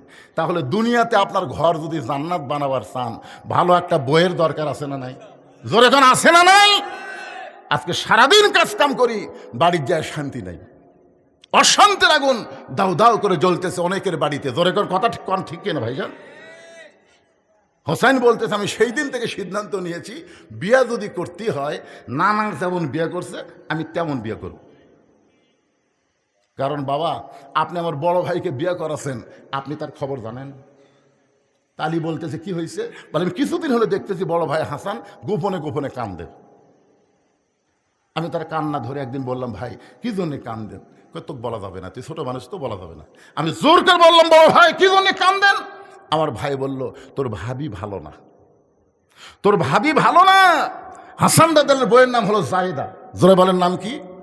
বিয়ে করার পর থেকেই হাসান রাদিয়াল্লাহকে অত্যাচার করতেছে, যার কারণে গোপনে গোপনে কাঁদতেছে। আজকে যারা ঘরের মধ্যে খারাপ বউ আছে তাদের গোপনে গোপনে কান্না আছে না নাই? জোরে কান আছে না নাই? আমার ভাই যেমন ঠকছে বিয়ে করে, আমি আমার ভাইয়ের মতন ঠকতে চাই না। আমার নানা যেমন জিতেছে, আমি নানার মতন বউ চাই। জোরে কান সুবহানাল্লাহ। দৌড়ে গিয়া বাবার হাত ধরে বলতেছেন, বাবা আপনি সত্যি করে বলেন তো আমার মা আপনার কেমন বউ ছিল? আপনি যেমন আমার মাকে বউ করে শান্তি পাইছেন দুনিয়ায়, আমার নানা যেমন বিয়ে করে শান্তি পাইছে দুনিয়ায়, আমি হোসাইন তেমন একটা মেয়েকে বিয়ে করতে চাই। ওমর ফারুক বলে, হোসাইন আমি যে মেয়েটার ঘটকালি করতেছি বাবা, ওই মেয়েটাকে তুমি বিয়ে করো। তোমার নানির মতন তোমার নানা যেমন বউ পাইছে, তোমার বাবা তোমার মাকে যেমন বউ পাইছে তেমন একটা বউ পাইবা। হোসেন বলতেছে, আপনার কথা মতো আমি বিয়ে করতে পারবো না। ওমর ফারুক বললেন, তাহলে কি বলতে চাও? হোসেন বলতেছে, আমি মনে মনে সিদ্ধান্ত নিয়েছি আমি এমন একটা মেয়েকে বিয়ে করব যে মেয়েটা আমার 3টা প্রশ্নের উত্তর দিবার পারবে। জোরে কান সুবহানাল্লাহ। ওমর ফারুক বলে, আলী হোসেন যে 3টা প্রশ্ন করবে এই প্রশ্ন সম্পর্কে তোমার জানা আছে? আলী বলতেছে, আমি জীবনের প্রথম শুনলাম। ওমর ফারুক বলে, আমিও তো প্রশ্ন জানি না, যেই প্রশ্ন আমিও জানি না তুমিও শোনো নাই, সেই প্রশ্নের উত্তর মেয়েটা কেমনে দিবে? আমার ঘটকালে আল্লাহ কবুল করে নাই। ওমর ফারুক কানতে কানতে মেয়েটা যেই ঘরের দরজায় গিয়ে বলতেছে, মা আমার আব্দুল্লাহকে বিয়ে কর, তোর জীবন শান্তিময় হয়ে যাবে। মেয়েটা বলতেছে, আমার কোনো আপত্তি নাই, কিন্তু আপনাকে একটাবার বলতে হবে আব্দুল্লাহ হোসেনের চাইতে ভালো। শুধু একটাবার যদি বলেন আব্দুল্লাহ হোসেনের চাইতে ভালো, তাহলে আমার কোনো আপত্তি নেই। ওমর ফারুক বলে, আমি কেমনে বলবো মা, কারণ হোসাইন আব্দুল্লাহর চাইতে 1000 গুণ ভালো, তাহলে হোসাইন ভালো থাকতে খারাপ আব্দুল্লাহকে আমি বিয়ে করতে পারবো না। ওমর ফারুক বললেন, মা হোসেন সেই মেয়েটাকে বিয়ে করবে যে 3টা প্রশ্নের উত্তর দিবার পারবে। এখন তুমি বলো, তুমি কি 3টার উত্তর দিবার পারবা? যেই প্রশ্ন আমি উমর কোনোদিন শুনি নাই, যেই প্রশ্ন তার বাবা কোনোদিন জানে না, তাহলে তুমি কেমনে উত্তর দিবা? মেয়েটা বলতে, আমির আল মুমিনিন হোসেন কি 3টা প্রশ্ন করবে আমি জানি না, তবে আমার ঈমান বলতেছে আমি না পারলেও আমার আল্লাহ পারাবে। বর্তমানে গোটা বাংলাদেশ ওয়াজ করে, যেইটুকু বুঝতে পারতেছি আমার ঈমান বলতেছে আগামীতে আল্লাহর কোরআন বাংলাদেশের সংসদে দেখা যাবে। ঈমান ঈমান ঈমান। আপনাকে ঈমানের খবর কি? মাশাআল্লাহ, বোঝা গেল এখানেও ঈমান ভালো আছে, কারণ এখনো পুরাপুরি বুঝে বলেই নাই, তাতে তাকবীর শুরু হয়ে গেছে। লিল্লাহে তাকবীর। কি বুঝতেছেন? সেই জেলায়, আগামীকাল আর এক জেলায়।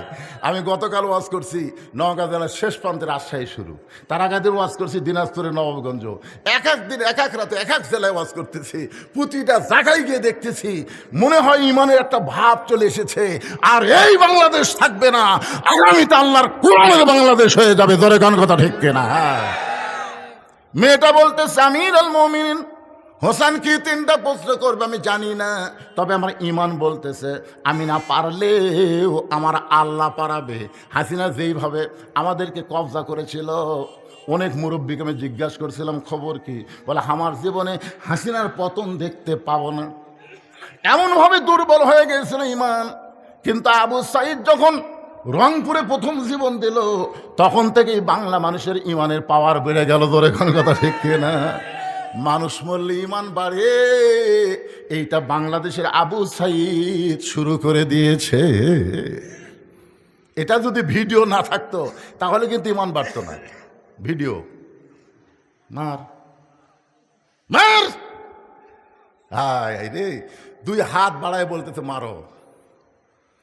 তখন পুলিশ মনে করছে এক একটা গুলি করলে উই দৌড় মারবি, গুলি করছে উই আরো 1 ধাপ সামনে আছে, মার।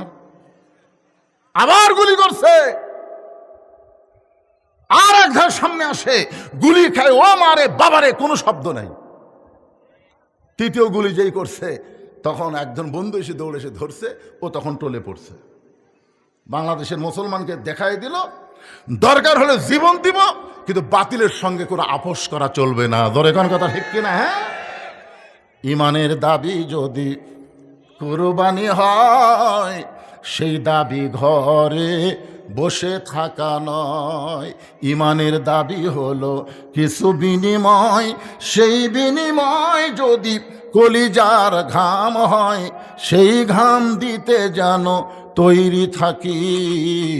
ওগো দয়াময় আমার আল্লাহ দয়াময়। কোন দিকে তাকে থাকেন? এটা ইমান।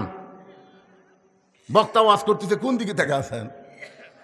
ইমানের দাবি হলো অগ্নি শিখা, বাতিলের বিরুদ্ধে জ্বলতে শিখা, সে আগুনে জ্বলে জ্বলে দিব ইমানের পরিচয়। ইমানের দাবি ঘরে বসে থাকা নয়। মেয়েটা বলতেছে আমির আল মুমিনিন হোসেন কি 3টা প্রশ্ন করবে আমি জানি না, কিন্তু আমার ভেতরের ইমান বলতেছে আমি না পারলেও কে পারাবে। ওয়াইলা রব্বিহিম ইয়াতাওয়াক্কালুন, আল্লাহর প্রতি ভরসা করছে। এখন বলেন তো, আল্লাহর প্রতি কেউ যদি ভরসা করে, আল্লাহ তার সাথে আছে না নাই? আল্লাহ কোরআনে বলেছেন অহুয়া মা কুম আইনা মা কুনতুম, বান্দা তুমি নিজকে অসহায় মনে করো না, আমার প্রতি ভরসা করলে আমি আল্লাহ তোমার সঙ্গে থাকবো। ধরে এখন সুবহানাল্লাহ। একটু আরেক জায়গায় আল্লাহ বলেছেন ইন্নাল্লাহা মাআস সাবিরিন, ধৈর্যশীলদের সঙ্গে কে আছে? তা আপনারা যখন কোরআনের ওয়াজ শুনতেছেন, আপনাদের মনের মধ্যে শয়তান ওয়াসওয়াসা দিচ্ছে, কিন্তু আমরা তো কোরআন সংসদে চাই না, এ হুজুর তো যে হারে ওয়াজ করতেছে আমাদের বিরুদ্ধে ওয়াজ করতেছে না। আপনি ধৈর্য নিয়ে শোনেন, তারপরে বুঝবেন মুসলমান হয়ে আমরা মরতে চাই, আল্লাহর কোরআনের বিকল্প কোনো রাস্তা নাই। জোরে কোন কথা ঠিক কিনা? আপনারা কি মরছেন? জোরে কোন মরছেন, কিন্তু মরাটা তো মুসলমান হিসেবে মরা লাগবে ভাইজান। এই জন্য একটু ধৈর্য নিয়ে মনোযোগ দিয়ে শোনেন।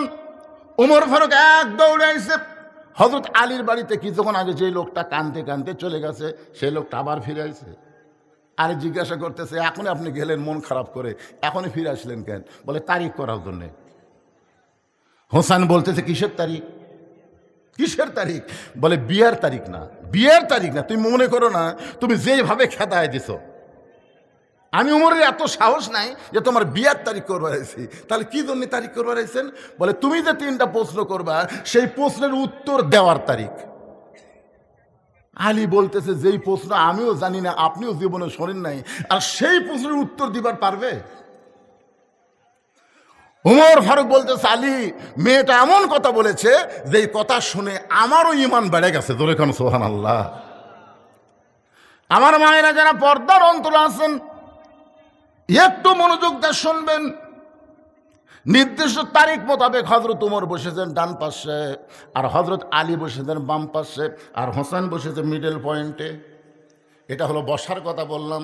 আমার চেয়ারম্যান সাহেব যেমন বসেছে, আমার ভাই যেমন বসে আছে, দুইজন দুই ধারে আছে না নাই? যেরকম আছে না নাই? এখানে আরও অনেক অতিথি ছিল, তারা কিন্তু নাই। তারা সুযোগ বুঝে পলান দিছে। তোর এখন কথা ঠিক কিনা? চেয়ারম্যান সাহেব প্রধান অতিথি ইচ্ছা করলেও তিনিও এখান থেকে যাবার পারতেন, কিন্তু তিনি আমারে কইছেন, হুজুর একটু ধরে ওয়াজ করা লাগবে। তার মানে বোঝা গেল তিনি ধৈর্য নিয়ে বসে গেছেন। তোর এখন সোহান আল্লাহ। ধৈর্যের শিল সঙ্গে কে আছে? আল্লাহ কোরআনে বলেছেন, ইন্নাল্লাহা মাআস সাবিরিন, ধৈর্যশীলদের সঙ্গে আমি আল্লাহ নিজেই থাকি। একটু ধৈর্য নিবেন। ডান পাশে হযরত ওমর বসে গেছেন, বাম পাশে হযরত আলী, আর মাঝখানে হোসেন বসে। সামনে একটা চাদর দেওয়া হয়েছে, চাদরের ওই পারে ওই 18 বছরের যৌবনে নারী বসে গেছে। এখন আপনাদেরকে আমি প্রশ্ন করি, সামনে চাদর দেওয়ার কারণ কি?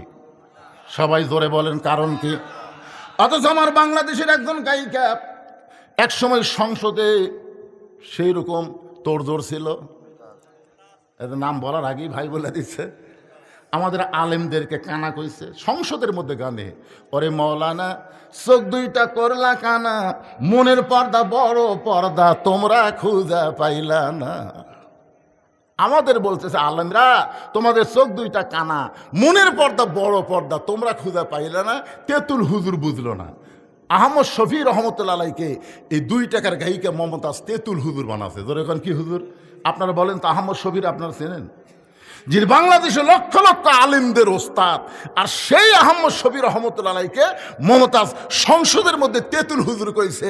একটা মুসলমানের বাচ্চা বাধা দেয়নি। ধরে কোন কথা ঠিক কথা বলেন? আচ্ছা, রাস্তার উপর যে শালারা চিল্লাই, এরা কি মানুষের বাচ্চা? এরা মানুষের বাচ্চা? আশ্চর্য কথা রে বারে। মন যদি শুনবার না চায় বাড়ি চলে যাও। ভয় ভয় করার অধিকার তোমাকে কে দিছে? আল্লাহ জবান দিয়েছে, জবান কাড়ে লিবারও পারে। জোরে কোন কথা ঠিক না? এই তো থামে গেছে। একটু মনোযোগ দিয়ে শুনবেন। সামনে চাদর দেওয়া কারণ হলো, আপনারা সকলেই বলেছেন পর্দা, তার মানে বোঝা গেল মনের পর্দা যদি বড় পর্দা হতো, ওমর ফারুকের মন ভালো না খারাপ? আলীর মন ভালো না খারাপ? হোসেনের মন ভালো না খারাপ? তাহলে সামনে চাদর দিয়ে বুঝাই দিলে মনের পর্দা পর্দা নয়, পর্দা হলো আল্লাহর আইন। সবাই বলেন, পর্দা কার আইন? হ্যাঁ, আমি যত বড়ই হুজুর হই, আপনি আমাকে বাড়ির মধ্যে নিয়ে যাবেন, আর আপনার বউ বেটিকে আমি দেখব, আমার কিছুই মনে হবি না। আপনার বলেন তো, হুজুরে গেলে সোলপোল আছে না নাই? তার এমন বোঝা গেল হুজুরে গেলে মন আছে। মন যদি না থাকলে তো বিয়ে করলো কেন? হ্যাঁ, আল্লাহর বান্দার একটু মনোযোগ দেবেন। সামনে চাদর দিয়ে বুঝাই দিলেন পর্দা হলো আল্লাহর আইন। আজকে আমাদের বাংলাদেশে ধর্ষণের শাস্তি মৃত্যুদণ্ড, অ্যাসিড মারলে মৃত্যুদণ্ড, এরকম বহু দণ্ড করেছে, তারপরেও কিন্তু অন্যায় কমতেছে না। ধরে কোন কথা ঠিক কি না? কারণ কি? ঘরের মধ্যে শুটকি মাছ রাখছে, শুটকি মাছ ঘরের মধ্যে রাখছে, শুটকির একটা গন্ধ কেউ আগে না পেলেও বিলাই পায়। বিড়াল এখন চিন্তা করে শুটকির গন্ধ আসে ঘুর থেকে। আস্তে আস্তে বিড়াল যায়, দেখে ঘরের দরজা খোলা। ঘরের দরজা খোলা পায়, ঘরের মধ্যে ঢুকে দেখে খাটের তলে পাতিলের মধ্যে শুটকি মাছ, কিন্তু ঢাকনা নাই। আপনার বলেন তো, বিড়াল 20 মিনিট টাইম পাবে? ওই সমানে খালি শুটকি খাচ্ছে, খসর খসর শব্দ শুনে ঘর চিন্তা করে, কে রে ঘরের মধ্যে কি আসলে বিড়াল কাম সারতেছে। 2000 টাকার কেজি শুটকি বিড়াল খাস, খপ করে ধরে বলছে, এই বিড়াল, পুনরায় যদি শুটকি খাস তোকে 20টা ব্যাত মারবো। একটা ব্যাত মারলি বিড়াল মরে যাবি। তা কড়া আইন দিতে 20 ব্যাত। ধরে এখন কয় ব্যাত? 20টা ব্যাতের আইন দিয়ে বিড়ালকে ছেড়ে দিছে, কিন্তু দরজা জানলা আগের মতোই খোলা রাখছে। আপনার বলেন তো, এই 20টা ব্যাতের কথা শুনে বিড়াল কি শুটকি খাওয়া বন্ধ করবে? তুমি যতই আইন করো, বিড়ালের হাত থেকে শুটকি বাঁচাবার গেলে ওই 20টা ব্যাতের মিথ্যা আইন না করে দরজা জানলা বন্ধ করার আইন করো। ধরে কোন কথা ঠিক কি না? আজকে ধর্ষণের আইন করেছো, অ্যাসিডের আইন করেছো, কিন্তু পর্দার আইন করো নাই। আজকে পর্দার আইন করো, বাংলাদেশে কোনো নারী ধর্ষণ হবে না। ধরে কোন কথা ঠিক কি না? একটু মনোযোগ দিয়ে শুনবেন। ওমর ফারুক বলে, হোসাইন এখন তুমি প্রশ্ন শুরু করে দাও, তুমি যে 3টা প্রশ্ন করবে এখন থেকে প্রশ্ন শুরু করে দাও। এবার হোসাইন দাঁড়িয়ে বললেন, রে মেয়ে, তুমি একা একা বসে আছো, তাই বলে মনে করো না তুমি একলা হয়ে গেছো। আমি হোসাইন বড় একা। মনোযোগ দিয়ে শুনবেন, তুমি একা একা বসে আছো তাই বলে মনে করো না তুমি একা, বলে আমি হোসাইন বড় একা হয়ে গেছি। ওমর ফারুক বলে, হোসাইন তোমার ডান পাশে আমি বসে আছি, বাম পাশে তোমার বাপ বসে আছে, এরপরে তুমি একা কেমনে হলা? সঙ্গে সঙ্গে হোসাইন বলে, এ মেয়ে, আমার 2 পাশে 2জন মহামানব দেহ নিয়ে বসে আছে, কিন্তু এই 2 মহামানব মনে মনে তোমার পক্ষ নিয়েছে। আপনারা বলেন তো, হাসিনার সময় যে দিনের ভোট রাতে হলো, ড্যামি নির্বাচন হলো, নির্বাচন কমিশনার কি নিরপেক্ষ ছিল? এ কথা নিরপেক্ষ ছিল? সবাই বলতেছিল নিরপেক্ষ নির্বাচন কমিশনার, কিন্তু নির্বাচন কমিশনার মনে মনে একটা দলের পক্ষ নিয়েছিল। ধরে কোন কথা ঠিক কিনা? 18 সালে বিএনপি মাত্র 6টা আসন পেল। একসময় হাসিনা বলল ভিক্ষা দিছি, 6টা আসন কি দিছি? ভিক্ষা দিছি। তার মানে বোঝা গেল নির্বাচন কমিশনার নিরপেক্ষ ছিল না, একটা দলের পক্ষ ছিল। ওমর ফারুক বলেন তো মনে মনে কার পক্ষে? জোরে বলা লাগবে, কার পক্ষে? হযরত আলী কার পক্ষে? কিন্তু বসে আছে ছেলের দিকে। এখানে বুঝাই দিল যে বিবাহের আগে মেয়েটার কাছে ওমরও যাইতে পারবে না, আলীও যাইতে পারবে না। হোসেনের কাছেও যেমন, আমাদের 2 জনের কাছেও তেমন। ধরে কোন সুবহানাল্লাহ। এবার ওমর ফারুক বলে, হোসাইন তাহলে কি এখন প্রশ্ন শুরু হবে? হোসেন বলে, রে মেয়ে, আমার 1 নম্বর প্রশ্ন হলো, আমার মাকে তুমি জানো? হযরত আলী বাম পাশ থেকে চুমকে উঠছে, আমি ছেলের সঙ্গে আছি, আর ছেলে বাপের কথা না বলে মায়ের কথা কেন বলতেছে যে আমার মাকে তুমি জানো? খুব খেয়াল করবেন, এমন প্রশ্ন করেছে, উত্তর দেওয়া খুবই সহজ, খুবই সহজ। আমার মাকে তুমি জানো? আমি কোন মায়ের সন্তান? ফাতেমা সম্পর্কে আমাদের সবার জানা আছে না নাই? এজরে করে আছে না নাই? সেই কারণেই হোসেন বলতেছে, আমার মাকে তুমি জানো? আমি কোন মায়ের সন্তান? সঙ্গে সঙ্গে পর্দার ওপার থেকে মেয়েটা বলে, হোসাইন আমি আপনার মাকে চিনি। প্রশ্ন করেছে জানো, সঙ্গে সঙ্গে মেয়েটা বলতেছে আমি আপনার মাকে চিনি। এই উত্তর শুনে ওমর ফারুক জিব্বাত কামড় দিয়েছে। হযরত আলীর চোখ দিয়ে দর দর করে পানি পড়তেছে। ওমর ফারুক জিব্বাত কামড় দেওয়ার কারণ হলো প্রথম প্রশ্নে আউট হয়ে গেল। 3বার উত্তর দিবি, একটাতেই তো আউট। প্রশ্ন করলো আমার মাকে জানো, আর উত্তর দিল আমি চিনি। আলীর চোখ দিয়ে পানি পড়ার কারণ হলো আমি হোসেনের মাকে ঠিক মতো চিনবার পারিনি, আমি নিজেই পারিনি। এত বছর সংসার করার পরেও আমি হোসেনের মাকে পুরোপুরি চিনতে পারিনি। চোখটা দর দর করে পানি পড়তেছে, আর মেয়েটা বলতেছে হোসাইন আমি আপনার মাকে চিনি। কিন্তু 3 বিচারক কেউ কোনো কথা বলতেছে না। একসময় মেয়েটা বলে, হোসাইন আপনি প্রশ্ন করলেন, আমি উত্তর দিলাম, উত্তর হলো কি হলো না, 3 বিচারকের 1 বিচারকও কিছুই বলেন না। ওমর ফারুক বলতেছে কেমনে হবে? তোমাকে প্রশ্ন করলো কি আর তুমি উত্তর দিলে কি? হোসেনের মা ফাতেমা সম্পর্কে দুনিয়ার সমস্ত মানুষ জানতে পারে, কিন্তু চিনতে পারে এই খবর কেউ বলতে পারবে না। বেপর্দা নারী যারা, সমাজের সবাই চিনবে তারা। ধরে কোন কথা ঠিক কিনা? আপনার গ্রামত কার বউ কেমন সুন্দর এটা আপনার বলে পারবেন তো? পারবেন না? 4-5 জন এক জায়গায় বসে সব বাহাস লাগছে, কে রে আমাকে পাড়ার মধ্যে সবচেয়ে সুন্দরী বউ কার রে? তখন বলতেছে উমুকের। না না না, তুই ঠিক মতো দেখিস নি, ওই পাড়া ওর বউ সবচেয়ে সুন্দর। তাহলে তোমরা তো অপরের বউ সুন্দরের কথা বলতেছে কেমনে?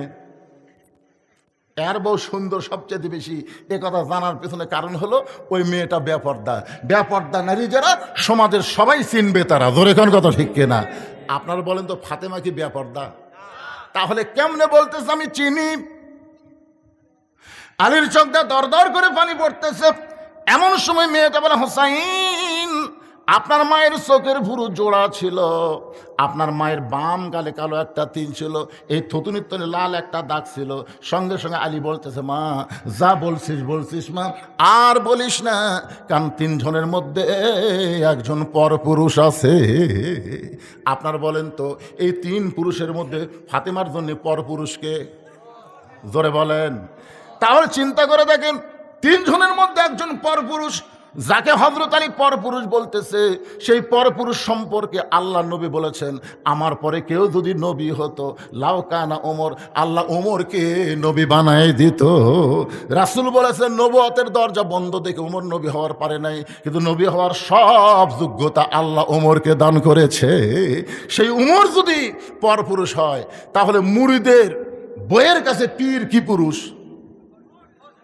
আর কথা কয় না, মুরিদের বইয়ের কাছে পীর কি পুরুষ? পরপুরুষ? ও বাবা পুরুষ। আহা, আমি এর আগেও আপনাদের বলেছি, হয়তো মনে নাই। 3টা জিনিস খেয়াল করবেন।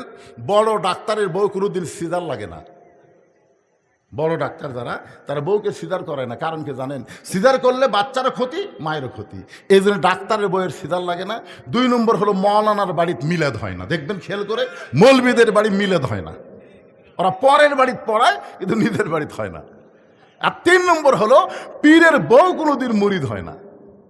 খেয়াল করে দেখবেন, পীরের বউ জানে আমার পীর মাঝে মধ্যে মুরিদের বউয়ের দিকে চোখ মারে, এই লুচ্চার হাতে মুরিদ হব না। ঠিক আছে? মাশাআল্লাহ। তাহলে 3টা মুখস্থ রাখবেন। 1 নম্বর হলো ডাক্তারের বউয়ের সিজার লাগে না, 2 নম্বর হলো মৌলবীর বাড়িতে মিলাদ লাগে না, আর 3 নম্বর হলো পীরের বউ মুরিদ হয় না। যেই পীরেরা নারীদেরকে মুরিদ দেয়, বুঝবেন এরা ভণ্ড। ধরে কোন এরা কি? এরাই ভণ্ড। হ্যাঁ, আল্লাহর বান্দার একটু খেয়াল করবেন। আলী বলতেছেন মা চোখের ভুরু জোড়া, এটা আমি বলতে পারি, কারণ হোসেনের মা আমার বউ। এই কারণে প্রত্যেকটা স্বামী বলতে পারে তার বইয়ের ভুরু কেমন। জোরে কোন ঠিক কিনা? আমি বলতে পারবো। রাসূল বলেছেন স্বামীরা যদি স্ত্রীর 2 চোখের মাঝখানে, এই যে ভুরু দেখতেছেন, এই 2 চোখের মাঝখানে যদি একটা চুমা খায় ভুরুর উপরে, আল্লাহ তাআলা খুশি হয়ে তাদের আমল নামায় একটা নফল হজের সওয়াব দিয়া দেয়। এইদিকে তাকান, কোন জায়গা? এই 2 ভুরুর মাঝখানে এই চুমা দেওয়ার নফল হজের সওয়াবের কথা কইছি। মেয়েদের কাছে এক সিলি পাইছে, হুজুর আপনি তো মস্ত বড় ক্যাসাল করলেন। আমার স্বামী যে বিড়ি খাওয়া খায়, ওই ঘরের মধ্যে ঢুকলেই মনে হয় ভোকরা পাড়া ঢুকছে। এই জায়গা চুমা খাবার গেলে তো আমার পেট খারাপ হয়ে যাবে। শোনেন, যারা বিড়ি খায়, এই যারা বিড়ি খায়, এরা যে ঘরত থাকে, সে ঘরে সবকিছু গন্ধ না? কথা কোন গন্ধ কিনা? আর কাপড় ধরেন, যা ধরবেন সব দুর্গন্ধ। এই জন্য আল্লাহ নবী বলেছেন স্বামী স্ত্রী মহব্বত করার জন্য ঘুমানোর আগে মেসওয়াক করা সুন্নত, আবার ঘুম থেকে উঠে মেসওয়াক করা সুন্নত। আপনি যত বেশি মেসওয়াক করবেন, আল্লাহ আপনার মুখের দুর্গন্ধ তত বেশি দূর করে দিবে। সুবহানাল্লাহ, জোরে কান। আলী বলতেছেন মা বাম গালে একটা তিল আছে, আমি বলতে পারি। থুতির তলে লাল একটা দাগ আছে। হোসাইন তার মা হওয়ার কারণে বলতে পারে। তুমি কেমনে বললাম? মেয়েটা বলতেছে মুরব্বী তাহলে শোনেন, ওই রোমের জেলখানার মধ্যে যখন আমি বন্দি ছিলাম, সকালবেলা 3টা করে চাবুক মারতো, বিকেলবেলা 3টা করে চাবুক মারতো। আমার দেহের এমন কোনো জায়গা নাই যে জায়গায় চাবুকের আঘাত লাগে নাই। এক সময় চাবুক মারতে মারতে আমি অধৈর্য হয়ে গেলাম, বিরক্ত হয়ে বললাম আল্লাহ তুমি আছো আসমানে, তোমার নবী আছে মদিনায়, এই রোমের জেলখানার মধ্যে এত নির্যাতন, আমাকে দেখার মতন কেউ নাই। লা ইলাহা ইল্লাল্লাহ আছে আসমানে, আর মুহাম্মদ রাসূলুল্লাহ আছে মদিনায়। এই জেলখানার মধ্যে এত নির্যাতন হচ্ছে, দেখার মতন কেউ নাই। মাঝে মধ্যে কিন্তু বিরক্ত হয়েছে বিএনপির লোকেরা, বিরক্ত হয়েছে জামাতের লোকেরা এই 15.5 বছর আল্লাহর ওপর। মাঝে মধ্যে লিখের বাড়ি বানাচ্ছে, সে বাড়ি থাকা যাচ্ছে না, আলুর বাগুড়ের মধ্যে থাকা লাগতেছে। তাও যদি আলুর দাম হতো, কোনো কথা ঠিক না। এইবারে আলু যে কি করবি ভাই, আলুর বাগুড়ের মধ্যে থাকা লাগছে। ওয়াজ করে বাড়ি থাকা যায় নাই। বাড়ির বউ মোবাইল করে বলতে, সন্ধ্যা থেকে পুলিশ ঘুরতেছে, আপনি বাড়িতে আসবেন না। চিন্তা করেন, চোর ডাকাত বউলে শুয়ে আছে, আর আলিম হয়ে আলুর বাগুড়ের মধ্যে ঘুম পাড়তেছে। একটু বিরক্ত ভাব আসে কি আসে না? গাজার মুসলমান কিন্তু মাঝে মধ্যে বিরক্ত হয়, আল্লাহ ইসরায়েল ইহুদিরা আমাদের পাখির মতন হত্যা করতেছে, তুমি কখন সাহায্য করবে? মাতা নাসরুল্লাহ, তোমার সাহায্য কখন হবে? আল্লাহ করে বলেন, ওয়ালা নাবলুওয়ান্নাকুম বিশাইয়্যিম মিনাল খাউফি ওয়াল জুই ওয়া নাকসিম মিনাল আমওয়ালি ওয়াল আনফুসি ওয়াস সামারাতি ওয়া বাশশিরিস সাবিরিন। আল্লাহ ধরে না ধরে না ধরে না, ধরলে ছাড়ে না। এতদিন হাসিনা ধরেনি ধরেনি ধরেনি, আমরা মনে করতেছিলাম আল্লাহ কয় 41 সাল লাগবে না রে, 24 সালের মধ্যে আমি আল্লাহ এমন ধরা ধর্ম। আল্লাহর ওলি বলেছিল 12 কোটি মুসলমান গাছের গোড়া না দিবে আর দিল্লির মামু বাড়ি গিয়ে পড়বা। ধরে কোন কথা ঠিক কিনা? আল্লাহর ওলির কথা 100% সত্য হয়ে গেছে। সুবহানাল্লাহ হবেন না ভাই? একটু মনোযোগ দিয়ে শুনবেন। মেয়েটা বলতেছে, মুরব্বী হযরত আলীকে লক্ষ্য করে বলতেছে যে আমি বিরক্ত হয়ে বললাম, আল্লাহ তুমি আছো আসমানে, নবী আছে মদিনায়, এই জেলখানে এত নির্যাতন আমাকে করতেছে, আমাকে দেখার মতন তো কেউ নাই। এ কথা বলে কাঁদতে কাঁদতে যখন ঘুমায় গেছি, ওই ঘুমের ঘরে আমি স্বপ্নে দেখতে পাই আমার শিওরের পাশে নূরের একটা পুতুলি বসে কাঁদতেছে। আমি বললাম, কে গো আপনি? জান্নাতের হুরি না বেহেশতের পরি? আমার মাথায় হাত দিয়ে বলে, মা আমি জান্নাতের হুরিও না বেহেশতের পরিও না, আমি হলাম জগৎ বিখ্যাত মা ফাতেমা। আমি তখন ওই ঘুমের অবস্থায় স্বপ্নে তার চেহারার দিকে তাকালাম, কিছুই দেখতে পাইলাম না। যতটুকু দেখতে পাইলাম ভুরু 2টা জোড়া, বাম গালে কালো একটা তিল, থুতুনির তলে লাল একটা দাগ দেখেছি, এর বাহিরে আর কিছুই দেখতে পাই নাই। সঙ্গে সঙ্গে হোসেন বলে, রে মেয়ে, 1 নম্বর প্রশ্নের উত্তর যেমন আশা করেছিলাম তার চাইতে 100 গুণ তুমি সুন্দর উত্তর দিয়েছ। লিল্লাহে তাকবীর। ওমর ফারুক বলতেছে, আমার ঘটকালে আল্লাহ কবুল করছে।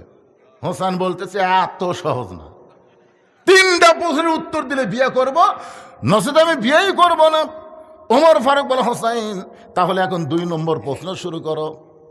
ইজাব আসাবাতুহুম মুসিবাতুন ক্বালু, সকলে পড়েন ইন্না লিল্লাহি ওয়া ইন্না ইলাইহি রাজিউন। যে আয়াতকে সামনে নিয়ে আলোচনা করতেছি ভাইজান, যখন বিপদ আপদ মুসিবত তোমাদের সামনে আসবে, আল্লাহ দোয়া শিখে দিয়েছেন বেশি বেশি তোমরা ইন্না লিল্লাহর আমল করবে।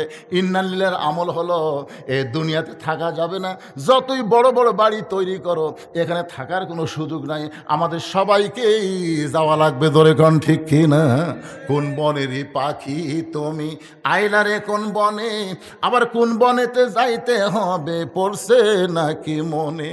হোসাইন বলে, রে মেয়ে, আমার 2 নম্বর প্রশ্ন হলো 6 বছর বয়সে তুমি ইমানটা কেমনে পাইলা? কারণ তোমার দাদা খ্রিস্টান, তোমার বাবা খ্রিস্টান, যেই দেশের জেলখানায় বন্দি ছিল ওই দেশের সবাই খ্রিস্টান, তাহলে খ্রিস্টানদের মধ্যে 6 বছর বয়সে তুমি ইমানটা কেমনে পাইলা? এটাই হলো আমার 2 নম্বর প্রশ্ন। উমর ফারুক চমকে উঠছে, যেই প্রশ্ন আমি উমর করার কথা মেয়েটাকে, সেই প্রশ্ন আমি উমর করতে পারি নাই। প্রশ্ন করেছে কে? জোরে খান, প্রশ্ন করেছে কে? 6 বছর বয়সে তুমি ইমানটা কেমনে পাইলা? সঙ্গে সঙ্গে মেয়েটা বলে, হুসাইন 6 বছর বয়স ইমান কেমনে পাইলাম যখন শুনতে চান তাহলে শোনেন। আমি দুনিয়ার সাধারণ কোনো ঘরে জন্মগ্রহণ করি নাই, আমার দাদা হলো রোম সম্রাট কাইসার। আমি দুনিয়ার সাধারণ কোনো ঘরে জন্মগ্রহণ করি নাই, আমার দাদা হলো রোম সম্রাট কাইসার। যেই বলেছে রোম সম্রাট কাইসার, ওর চমকে উঠছে, ও রে বাবা রে।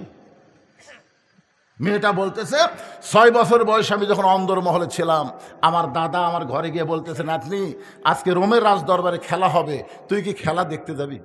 আপনারা বলেন তো, ছোটো ছোটো বাচ্চারা খেলা পছন্দ কম করে না বেশি করে? এই জন্য ছোটো ছোটো বাচ্চাদের হাতে মোবাইল দেবেন না। আপনাদের অনুরোধ করতেছি, এই ছোটো ছোটো বাচ্চাদের হাতে মোবাইল যদি দেন, এই মোবাইল ছাড়া ভাত খাবি না। হ্যাঁ, মোবাইল ছাড়া ভাত খাবি না, মোবাইল ছাড়া আর কান্না বন্ধ হবে না। তাই আপনাদের অনুরোধ করি, ছোট ছোট বাচ্চারা যদি একবার মোবাইলের গেম বুঝতে পারে তাহলে আর আপনি ওকে মানুষই করতে পারবেন না। জোরে কোন কথা ঠিক করে কথা বলেন। হ্যাঁ, ছোট ছোট বাচ্চারা খেলা পছন্দ করে। এই জন্য আমার দাদা যখন একটু বললো আজকে রোমের রাজদরবারের খেলা হবে, তুই কি খেলা দেখতে যাবি? আমার দাদা বিকালবেলায় খেলা দেখার কথা বলে আমাকে রাজ দরবারে নিয়ে আসলো। আমি 6 বছর বয়সে ইমানটা কেমনে পাইলাম একটু আপনারাও মনোযোগ দিয়ে শোনেন। আমি দাদার সিংহাসনের পাশে ছোট্ট একটা চেয়ারে বসে বললাম, বসার পরেই বললাম, দাদা খেলা দেখার কথা বলে আপনি নিয়ে আসলেন, খেলাটা কোন জায়গায়? আমার দাদা বলে, ওই যে তাকায় দেখ। মেয়েটা বলে, হোসাইন আমি লক্ষ্য করে দিকে একটা মানুষের কালো কাপড় দিয়ে চোখ দুইটা বাঁধা, শুধু কালো কাপড় দিয়ে চোখ বাঁধে নাই, তার হাত দুইটা রশি দিয়ে বাঁধা, তার পা দুইটা লোহার শেকল দিয়ে আটকানো হয়েছে। আমি তখন বললাম, দাদা ভাই একটা মানুষকে আমি দেখতে পাই, যেই মানুষের চোখ বেঁধেছেন, হাত বেঁধেছেন, পা শেকল দিয়ে আটকায় রাখছেন, একটা মানুষ দেখে আপনি কি খেলা দেখাবার চান? আমার দাদা মুসকি মুসকি হাসার বলে, নাতনি রে তুই ছোট্ট মানুষ, তুই বুঝিস না, ওটা মানুষ না রে, ওইটা মানুষ না। আমি বললাম, মানুষ যদি না হয় তাহলে ওইটা কি? আমার দাদা বলতেছে, ওইটা হইল মুসলমান। তার মানে কি বুঝতেছেন?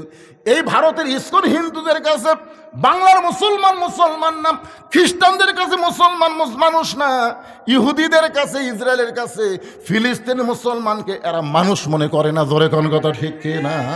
কিয়ামত পর্যন্ত ইহুদি খ্রিস্টান হিন্দুরা আমাদেরকে মানুষ মনে করবে না।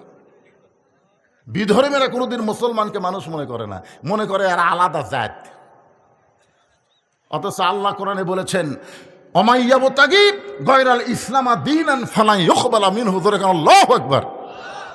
আচ্ছা, এই যুব মাহফিলের কমিটি নাই? আচ্ছা শোনেন, এই কমিটি নাই, তাহলে এরা কি করতেছে?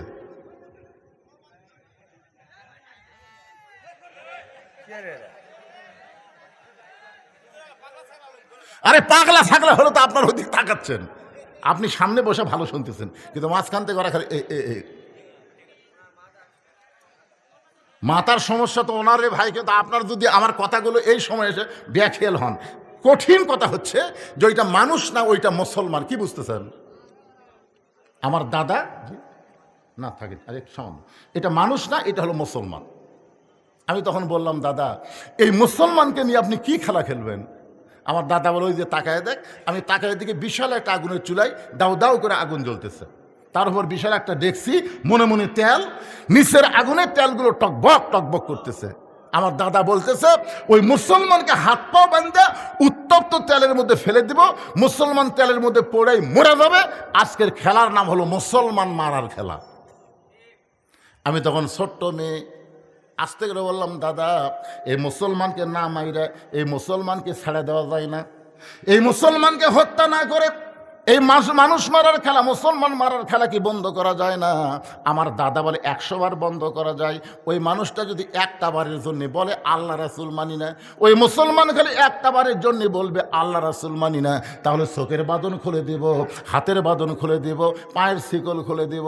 আমি ছোট্ট মেয়ে আস্তে আস্তে মুসলমানের কি কাছে গিয়ে বললাম, মুসলমান তোমার চোখ দুইটা বেঁধে রাখছে বলে তুমি দেখবার পাচ্ছ না, তোমার হাত বেঁধে রাখছে, পাও বেঁধে রাখছে, তুমি দৌড় মারবার পারতেছো না। তুমি কি জানো আমার দাদা তোমাকে হত্যা করার জন্য আগুনের চুলার মধ্যে তেল গরম করতেছে, উত্তপ্ত তেলের মধ্যে তোমাকে ফেলে হত্যা করবে। ও মুসলমান, তুমি যদি বাঁচতে চাও খালি একটা বারের জন্য বলো আল্লাহ রাসূল মানি না, খালি একটা বার বলবা আল্লাহ রাসূল মানি না, আমার দাদা তোমাকে ছাইড়া দিবে। সঙ্গে সঙ্গে মুসলমান বলল, মা তুমি ছোট্ট মানুষ, তোমার কাছে জীবনের দাম বেশি, কিন্তু একজন মুসলমানের কাছে জীবনের চাইতে ইমানের দাম বেশি। আপনার যারা বসে আছেন ভাইজান, আপনাদের কাছে জীবনের দাম বেশি না ইমানের দাম বেশি? কাদের কাছে ইমানের দাম বেশি? দুই হাত আল্লাহরে দেখান, লিল্লাহে তাকবীর। হ্যাঁ, এই জীবন যত চেষ্টাই করেন এই জীবন বাঁচাবার পারবেন না, যত চেষ্টায় আপনি করেন। কিন্তু আপনি একটু চেষ্টা করলে আপনার ইমানকে আপনি বাঁচাবার পারবেন। বর্তমানে আমাদের বাংলাদেশে ইমান হরণের চক্রান্ত চলতেছে, জোরে কোন কথা ঠিক কিনা? এই যুব শক্তিকে অপশক্তিতে রূপান্তর করার জন্যই ইমান হরণের নানা ধরনের চেষ্টা চলতেছে। ভাই যখন বলেছে দরকার হয়ে জীবন দিব কিন্তু ইমান হারা হব না, রোম সম্রাট কাইসার দাঁড়িয়ে বলে, এই সৈন্যরা আর দেরি করা যাবে না, আর হাত পা বাঁধা অবস্থা আগুনের চুলার মধ্যে ফেলে দাও। মেয়েটা বলতো, হোসাইন যখন আমার দাদা হুকুম করলো হাত পা বাঁধা অবস্থায় উত্তপ্ত তেলের মধ্যে ফেলে দাও। এখন আমি তখন বললাম, দাদু ভাই এই মানুষ মারার খেলা আমি দেখবো না, আমি চলে যাই। আমার দাদা বলতেছে, খেলা দেখার জন্য তোকে নিয়ে আইছি, খেলা দেখাই লাগবে। জোর করে যখন আমার বাম হাতটা ধরে রাখলো আমার দাদা, জোর করে যখন আমার হাতটা ধরে রাখলো, আমি তখন কি করব, বাধ্য হয়ে আমি বসে বললাম। আমি তাকায় দেখি ওই মুসলমানকে উত্তপ্ত তেলের দিকে নিয়ে যাচ্ছে। মুসলমান একটা বারও পিছু টান দেয় না, বীরের মতন সামনের দিকে যায়। সুবহানাল্লাহ কর না কেন? আশ্চর্য হয়ে গেলাম। আর কিছু দূর যাওয়ার পরেই এই মুসলমানকে উত্তপ্ত তেলের মধ্যে ফেলে দিবে। তারপরে মুসলমান হেঁটে হেঁটে যখন চুলার দিকে যায়, আমাদের বাংলাদেশে যাদেরকে ফাঁসি দেওয়া হয়েছে তাদের ব্যাপারে শুনে দেখবেন, ওই যে জল্লাদ একটা বের হয়েছিল শাহজাহান, জোরে বলেন নাম কি? জল্লাদ শাহজাহান বলেছে তাদেরকে যখন ফাঁসির মঞ্চের দিকে নিয়ে যাওয়া হয়, তারা বীরের মতন হেঁটে হেঁটে গেছে, কেউ পিছন দিকে একবারও তাকাই নাই। তার মানে বোঝা গেল তারা বীরের মতন ওই ফাঁসির মঞ্চের দিকে যায় কেন? ফাঁসির মঞ্চের মাধ্যমে আল্লাহ তাআলা তাদের জন্য জান্নাতের দরজা খোলার ব্যবস্থা করেছে। সুবহানাল্লাহ। আমি আশ্চর্য হয়ে গেলাম। মেয়েটা বলতে 6 বছর বয়সের ছোট্ট মেয়ে। আমি আশ্চর্য হয়ে গেলাম, মুসলমান যখন বীরের মধ্যে আগুনের দিকে হাঁটতেছে, আমি দুইটা চোখ বন্ধ করলাম। একটা জীবন্ত মানুষকে উত্তপ্ত তেলের মধ্যে ফেলে দিবে, আমার দাদা বাম হাত ধরে আছে, আর ডান হাত দিয়ে আমি দুইটা চোখ চেপে ধরলাম। একটা মানুষ মরার দৃশ্য আমি দেখব না। আমি যখন দুইটা চোখ ডান হাত দিয়ে চেপে ধরেছি, এমন সময় মধুর একটা কলেমা আমার কানের মধ্যে ঢুকে গেল। ওই মুসলমান উত্তপ্ত তেলের একটু আগে গিয়ে পড়া শুরু করলেন, লা ইলাহা ইল্লাল্লাহু মুহাম্মাদুর রাসূলুল্লাহ। সকলে বলি সাল্লাল্লাহু আলাইহি ওয়াসাল্লাম। মেয়েটা বলে, হোসাইন, এই কলেমা আমার কানের মধ্যে দিয়ে ঢুকে আমার কলিজার মধ্যে ঢুকে গেল। এই মধুর কলেমা আমাকে এমন ভালো লাগলো, জীবনের প্রথম শোনার পরে কানে শুনেছি, কলিজার মধ্যে জায়গা দিয়েছি। তখন কলেমা কলিজার মধ্যে জায়গা পায়, আমার যদিও চোখ ঢাকা, তারপরও আমি দেখতে পাই। ধরে কোন সুবহানাল্লাহ। ডান হাত দিয়ে চোখ ঢাকার পর আমি দেখতে পাই ওই মুসলমানের দেহটা উত্তপ্ত চুলার মধ্যে ফেলে দিচ্ছে, কিন্তু দেহের মধ্যে যে পাখিটা উত্তপ্ত তেলের মধ্যে পড়ার আগে ওই পাখিটা কে যেন সযত্নে ধরে সবুজ রঙের একটা বাগানে উড়াল দেয়। আমি নিজের চোখে দেখলাম মুসলমানের দেহ নামক খাঁচাটা উত্তপ্ত তেলের মধ্যে পড়েছে, কিন্তু পাখিটা কে যেন সযত্নে ধরে সবুজ রঙের একটা বাগানে উড়াল দিয়ে চলে যায়। আমি তখন আর দেরি করলাম না, একটা হ্যাঁচকা দিলাম, কারণ আগে ছিলাম আমি একা, কিন্তু ঈমান গ্রহণ করার সঙ্গে সঙ্গে আল্লাহর সাথে দেখা। ধরে কোন সুবহানাল্লাহ। যখন আমি হ্যাঁচকা টান দিলাম, আমার দাদার কাছ থেকে আমার হাতটা খুলে গেল। আমি এক দৌড়ে বাড়ির কাছে গিয়ে মাকে ধরে বললাম, মা, লা ইলাহা ইল্লাল্লাহ মুহাম্মাদুর রাসূলুল্লাহ। আমার মা চমকে গিয়ে বলতেছে, তুই না তোর দাদার সাথে খেলা দেখবার গেলি, এই মুসলমানের কলমা কোথায় পাইলি? এই কলমা ভুলে যামা, এই কলমা যদি তোর দাদা বাপ শুনতে পায় তাহলে তোকে হত্যা করবে। আমি তখন বললাম, মা, এই কলমাওয়ালারা কোনোদিন মরে না। নিজের চোখে দেখলাম মা, দেহ নামক খাঁচাটা উত্তপ্ত তেলের মধ্যে পড়েছে, কিন্তু ওই পাখিটা উড়াল দিয়ে কোথায় চলে গেছে? ওই পাখিটা যেখানে গেছে ওই জায়গার নাম হলো ইল্লিন নামক জান্নাতের বাগান। আমার সোনার ময়না পাখি, শোনেন নে গান, শোনেন নেই? কোন দেশেতে ওইরা গেলা রে দিয়া মোরে ফাঁকি রে আমার সোনার ময়না পাখি। আসলে এটা ভুয়া গান। কোন দেশেতে উইরা গেলা দিয়া মোরে ফাঁকি, আমার দেহ থেকে যখন পাখিটা উড়ে যাবে, ইন্না লিল্লাহি ওয়া ইন্না ইলাইহি রাজিউন। আমরা এসেছি আল্লাহর কাছ থেকে, আবার ফিরেও যাব আল্লাহর কাছে। জোরে কর কথা, ঠিক কিনা? আপনার বলেন তো, আল্লাহর কাছে যাওয়া কোনোদিন ফাঁকি হয়? বরং আল্লাহ ছাড়ে এসে এই দুনিয়াতেই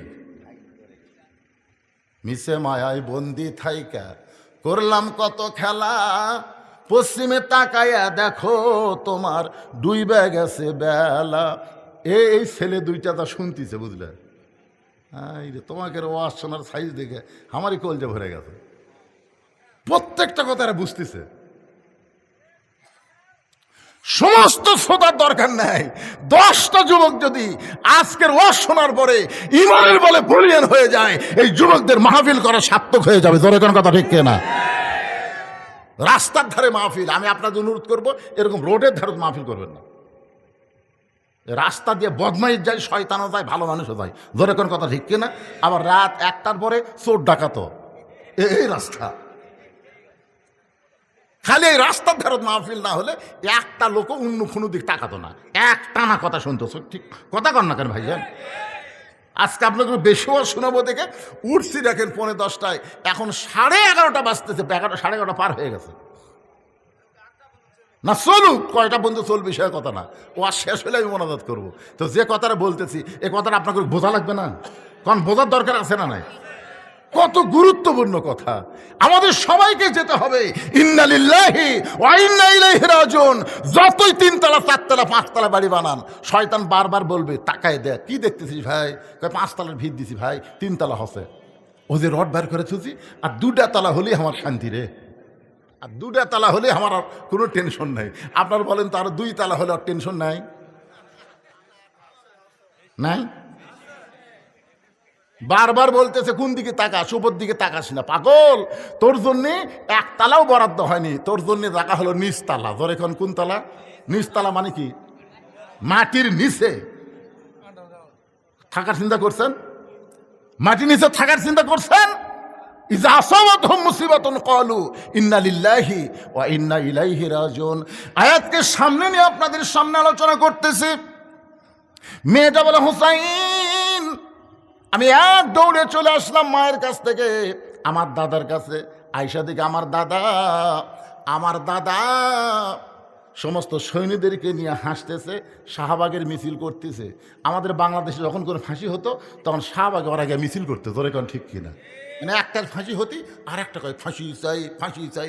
আল্লামা সাইদ হুজুরের জন্য ফাঁসির মিছিল করছে এই বাংলাদেশে যিনি 50 বছর কোরআনে হক তাফসীর করছে, তার ফাঁসির জন্য এই বাংলাদেশে যারাই মিছিল করেছে, আর যাই হোক এদের জন্ম ঠিক নাই। জোরে কোন কথা কন না কেন ভাইজান? ফাঁসি চাই, ফাঁসি চাই। এই সালাউদ্দিন কাদের বিএনপির একজন নেতা, তাকে অন্যায় ভাই ফাঁসি দিছে। তার ছেলে হুম্মাম কাদের চৌধুরী একদিন একটা টক শোয়ে বলল যে কি কারণে তার বাপকে ফাঁসি দিল, কি কারণে দিল। অত কথাকে এক ওয়াজে বলা যায়? একটু মনোযোগ দিয়ে শোনেন।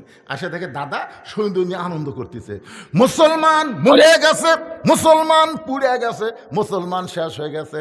এমন সময় নাতি বলতেছে কানার ভাগ্যে ধন মিলে না, সামনে পড়ে আছে সোনা, কানা দেখতে পায় না, মাটি মনে করে ফাইলে দেয়, হাতে তুলে নেয় না, কানার ভাগ্যে ধন মিলে না।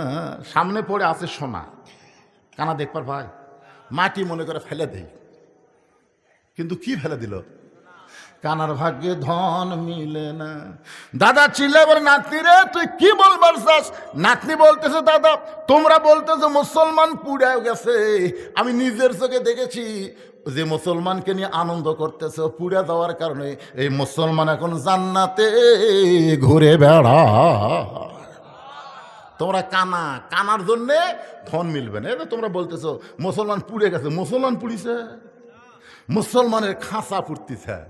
দেহ নামে খাঁচা কোনো দাম নাই, পাখি যদি না থাকে এ খাঁচার 1 পয়সা দাম নাই। জোরে কোন কথা ঠিক কিনা? খালি মরেই দেখেন, আপনার ভিতরে পাখি উড়ে যাক, যে বাড়ি আপনি করছেন ওই বাড়ির থেকে যত তাড়াতাড়ি বার করার ব্যবস্থা করবে। সবাই এসে বলে ভাই সকালে মরছে রে, এখন পর্যন্ত তোমরা ঘরতে থুতে বার করো। আপনারা বলেন তো যাই বলতেছে বের করো, ওই কি ওর আপনজন না? ওই কিন্তু সব শুনতেছে। যে মারা গেছে যতক্ষণ পর্যন্ত কবর দেওয়া না হবে, মায়ের সাথে হাদিসটা আছে সেমাল মাউতা, মৃত্যু ব্যক্তি সব শুনতে পায়, এমনকি সব দেখতেও পায়। এখন এত টাকা দিয়ে যে বাড়ি বানাচ্ছে সেই বাড়ির থেকে টেনে টেনে বার করতেছে, ওর অবস্থাটা কি হচ্ছে বুঝছে? মেয়েটা বলে হোসাইন 6 বছর বয়সে আমার দাদার সাম্রাজ্যের ছোট্ট চেয়ারে বসে আমি দেখেছি একজন মুসলমানকে হত্যা করা। ওই দেখার পরে আমি ঈমান গ্রহণ করেছি। এইভাবে 6 বছর বয়সে ঈমান নামক মহামূল্যবান নিয়ামতটা আমি পেয়েছি। সঙ্গে সঙ্গে হোসেন বলে রে মেয়ে, 2 নম্বর প্রশ্নের উত্তর যেমন আশা করেছিলাম তার চাইতে 1000 গুণ তুমি সুন্দর দিয়েছ। ওমর ফারুক বলতেছে আমার ঘটকাটা আল্লাহ কবুল করছে। হোসেন বলে এত সহজ না, 3টার উত্তর না দিলে আমি বিবাহ করিব না। ওমর ফারুক বলে হোসাইন এখন তাহলে তুমি 3 নম্বর প্রশ্ন করো। এবার হোসেন বলে, রে মেয়ে, এ যুবকেরা, এটা একটু মনোযোগ দিয়ে শোনা লাগবে। 3 নম্বর প্রশ্ন হলো, বিবাহের পরে আমার সঙ্গী তোমার থাকতে হবে। কি মনে করতেছেন? এই যে আবু তহা আদনান বিয়ে করছিল, এক বউ থুই আর একটা বিয়ে করেছিল ঢাকার যা, যার জন্যে হারানো নাটক হলো। আবু তহা আদনান গুম হয়ে গেল, আসলে ঘুম টুম কিছু না, ওই দ্বিতীয় বিয়ে। কি মনে করছিল?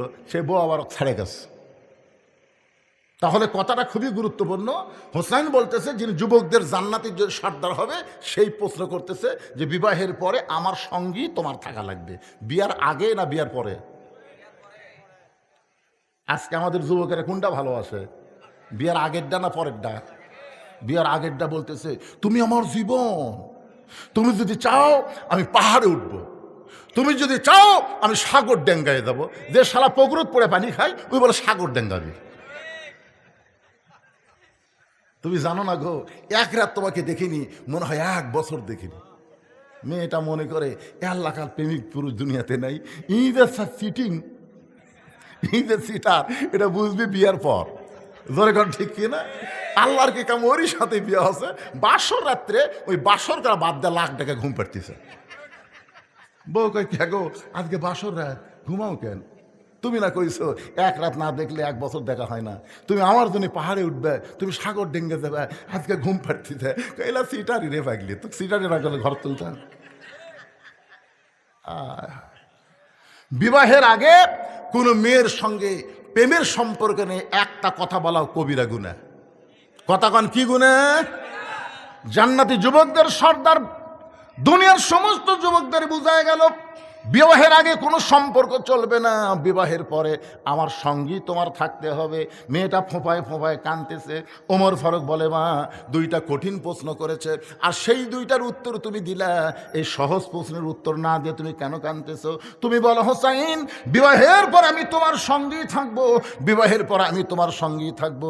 মেয়েটা বলতেছে, আমিরুল মুমিনিন, এমন উত্তর দিলে আপনি বিশ্বাস করতে পারেন, কিন্তু হোসাইন এমন উত্তর দিলে বিশ্বাস করবে না, বিয়ার পর আমি তার সঙ্গী থাকবো। এই কথাটা বলা যায়, কিন্তু এই কথাটা তাই সে বিশ্বাস করবে না। এবার বলে, মা তাহলে তুমি কি 3 নম্বর প্রশ্নের উত্তর দিবার পারবা না? মেয়েটা কিছুক্ষণ পরে বলে, আল্লাহ, মনে মনে আল্লাহর সঙ্গে যোগাযোগ করতেছে, আল্লাহ 2টার উত্তর দিয়ে দিলাম, এইটার উত্তর কি দেব? এমন সময় আল্লাহ পাক ইলহামের মাধ্যমে মেয়েটাকে জানাই দিল, রে মেয়ে তুমি উত্তরে বলো। একজন মস্ত বড় আল্লাহ নবী ছিল, সেই নবীর নাম হলো আইয়ুব নবী। ধরে বলেন, কি নবী? আইয়ুব নবী যখন সুস্থ ছিল, তখন তার অনেকগুলো বিবি ছিল, তার বাড়ি ছিল, ঘর ছিল, বাদশাহী ছিল, চাকর নৌকর অনেক কিছুই ছিল। কিন্তু আইয়ুব নবী যখন অসুস্থ হয়ে গেল, অসুস্থতার মাত্রা যখন বেড়ে গেল, একসময় আল্লাহ তার দেহের মধ্যে গোস্তর পচন ধরে দিল। তখন কিন্তু চাকর নৌকর কেউ তার সঙ্গে থাকলো না, এমনকি তার বউগুলোও তাকে ছেড়ে চলে গেল। আইয়ুব নবীর শরীরের দুর্গন্ধ হওয়ার কারণে লোকালয় থেকে তাকে জঙ্গলে ফেলে দেওয়া হলো। তখন জঙ্গলে যখন ফেলে দেওয়া হয়েছে, তখন একটা বিবি আইয়ুব নবীর সঙ্গ ত্যাগ করে নাই, সেই বিবিটার নাম হলো রহিমা। মেয়েটা বলে, হোসাইন, রহিমা যেমন আইয়ুব নবীর সুখের দিনেও ছিল, কষ্টের দিনেও ছিল, এমনকি সমস্ত মানুষ আইয়ুব নবীকে যখন ত্যাগ করেছে, রহিমা যখন ত্যাগ করে নাই, আমি রহিমার মতো বিবাহের পরে আপনার সঙ্গে থাকতে চাই। হোসেন বললেন, তোমাকে বিবাহ করাতে আমার কোনো আপত্তি নাই।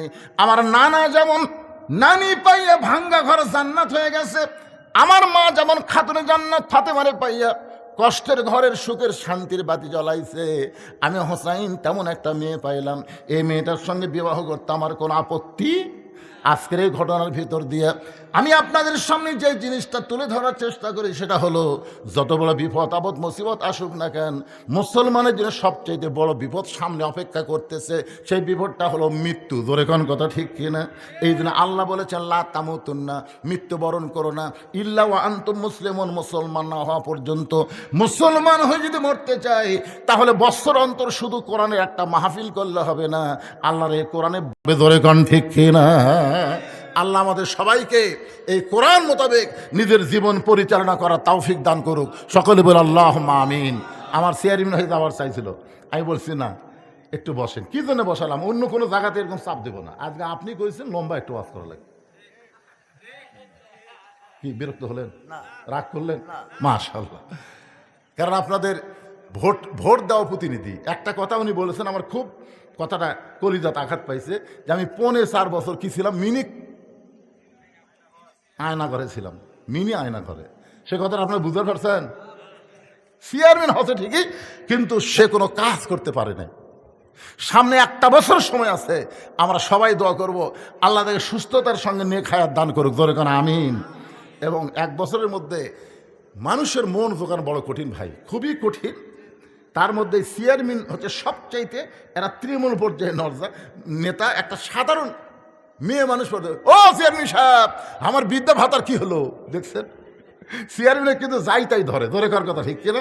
এমপি কেউ ধরা পারে না, মন্ত্রী কেউ ধরা পারে না, কিন্তু এইগুলো নেতা সবাই ধরে। তাই ভাইটাকে বললাম 1 বছরের মধ্যে আপনি পারবেন কিনা আল্লাহ ভালো জানে, তবে পারার মতন যেন তৌফিক দান করে, ধরে কান আমিন। মুরব্বি, ও মুরব্বি বসেন, এখন দোয়া হবে, বসেন, আর ওয়াজ নেই, এখন দোয়াটা করে দেন বাবা। জীবনের শেষ দোয়া হতে পারে আজকের মাহফিলের দোয়াটা, আমার আপনার জীবনের শেষ দোয়া হতে পারে, ধরে কোন ঠিক কিনা? এই জন্য সকলে ইস্তেগফার বলেন, আস্তাগফিরুল্লাহ রব্বি মিন কুল্লি জামবে ওয়া তুবু ইলাইহি, আস্তাগফিরুল্লাহ রব্বি মিন কুল্লি জামবে ওয়া তুবু ইলাইহি, লা হাওলা ওয়ালা কুওয়াতা ইল্লা বিল্লাহিল আলিয়্যিল আযীম, আল্লাহুম্মা আমিন। আল্লাহুম্মা আনতাস সালাম আমিনকাস সালাম, তাবারাকতা ইয়া যাল জালালি ওয়াল ইকরাম। আয় আল্লাহ তাআলা, তোমার যে যুবকেরা আজকে জান্নাতের বাগান লাগাইছে আল্লাহ, এই যুবকদের মধ্যে অনেকে প্রবাসে আছে, সেখান থেকে মাহফিলের খরচ বাবদ তারা অনেক টাকা দিয়েছে। আয় আল্লাহ, এলাকার সমস্ত যুবক সহ যারা প্রবাসে আছে, তাদের চেষ্টায় আজকের এই জান্নাতের বাগান লেগেছে। মেহেরবানি করে আজকের জান্নাতের বাগানের ওসিলায় দেশে এবং দেশের বাইরে যত যুবক আছে, সব যুবককে কোরআনের যুবক, নামাজি যুবক হিসেবে আল্লাহ তুমি কবুল করে না। মাহফিলের শুরু থেকে শেষ পর্যন্ত যতটুকু আলোচনা হয়েছে আল্লাহ, এর মধ্যে যদি ত্রুটি হয়, ভুল হয়, মাফ করে দাও। এর যা হাদিয়া মঞ্জুর করো, সোনার মদিনায় নবী পাকের রওজা মোবারকে আল্লাহ কবুল করে নাও। তামাম আম্বিয়াই কেরাম, আসহাবে কেরাম, উম্মাহাতুল মুমিনিন, শহীদ শহীদান, জান্নাতুল বাকি, জান্নাতুল মাওয়া সহ পৃথিবীর যত গোরস্থানে যত মুমিন মুমিনা শুয়ে আছে আল্লাহ, সকলের কবরকে জান্নাতের টুকরা কবুল করো। আমরা যারা হাত তুলেছি, আমাদের জনম দুঃখিনী মা যাদের কবরে গেছে, একটাবার চোখ বন্ধ করে দেখেন, কত ছোট্ট একটা নাম মা। এই নামের মধ্যে কি মধু, যাদের মা নাই তারাই বুঝতেছে। দাঁত থাকতে মানুষ দাঁতের মূল্য দেয় না, চোখ থাকতে মানুষ চোখের গুরুত্ব বোঝে না। বাপ মা যতদিন দুনিয়াতে থাকে, সন্তান বাপ মাকে বুঝতে পারে না। বাপ মা যদি মারা যায়, তখন বুঝবেই জন্মে তার দরদের আর দুনিয়াতে কেউ নেই। এই দরদের বাপ মা যাদের কবরে গেছে আল্লাহ, মেহেরবানি করে বাপ মার কবরকে জান্নাতের টুকরা বানিয়ে দাও। আল্লাহ গো, আমাদের দাদা দাদি, নানান আত্মীয় স্বজন যারা কবরে গেছে, কবরবাসীদের মাফ করে দাও। আজকের মাহফিলের সম্মানিত সভাপতি দয়কে আল্লাহ তুমি কবুল করো। আজকের মাহফিলের প্রধান অতিথিকে আল্লাহ তুমি কবুল করো। বিশেষ করে আখেরি মোনাজাতে আমাদের সঙ্গে সামিল হওয়ার কারণে আল্লাহ তাকে তুমি কবুল করে, আল্লাহ জনগণের খাদেম হিসাবে তাকে তুমি কবুল করে নাও। ও দরদে আল্লাহ, আমি গুনাহগার বলে দোয়া ফিরাই দিও না আল্লাহ। এতগুলো মানুষের মধ্যে যার 2 হাত পছন্দ হয়, সেই 2 হাতের ওসিলায় আজকের মাহফিলকে কবুল করো। আমার মা বোনদেরকে কবুল করো। আবিদা সালিয়া পর্দানিশি কবুল করে মা ফাতেমার চরিত্র দান করে দাও। আমি সহ আমাদের মধ্যে যারা অসুস্থ আছে আল্লাহ, সুস্থতার নিয়ামত দান করে দাও আল্লাহ। খাস করে এই পশ্চিম বারৈলের যুব সমাজকে আল্লাহ তুমি কবুল করো। প্রত্যেক বছর এমন করে কোরআনের একটা বাগান যেন তারা লাগাতে পারে, এমন ইমানি শক্তি এদেরকে দান করে দাও আল্লাহ। আজকের মাহফিলে হাজী সাহেবদের আল্লাহ কবুল করো, আলেমদেরকে আল্লাহ কবুল করো।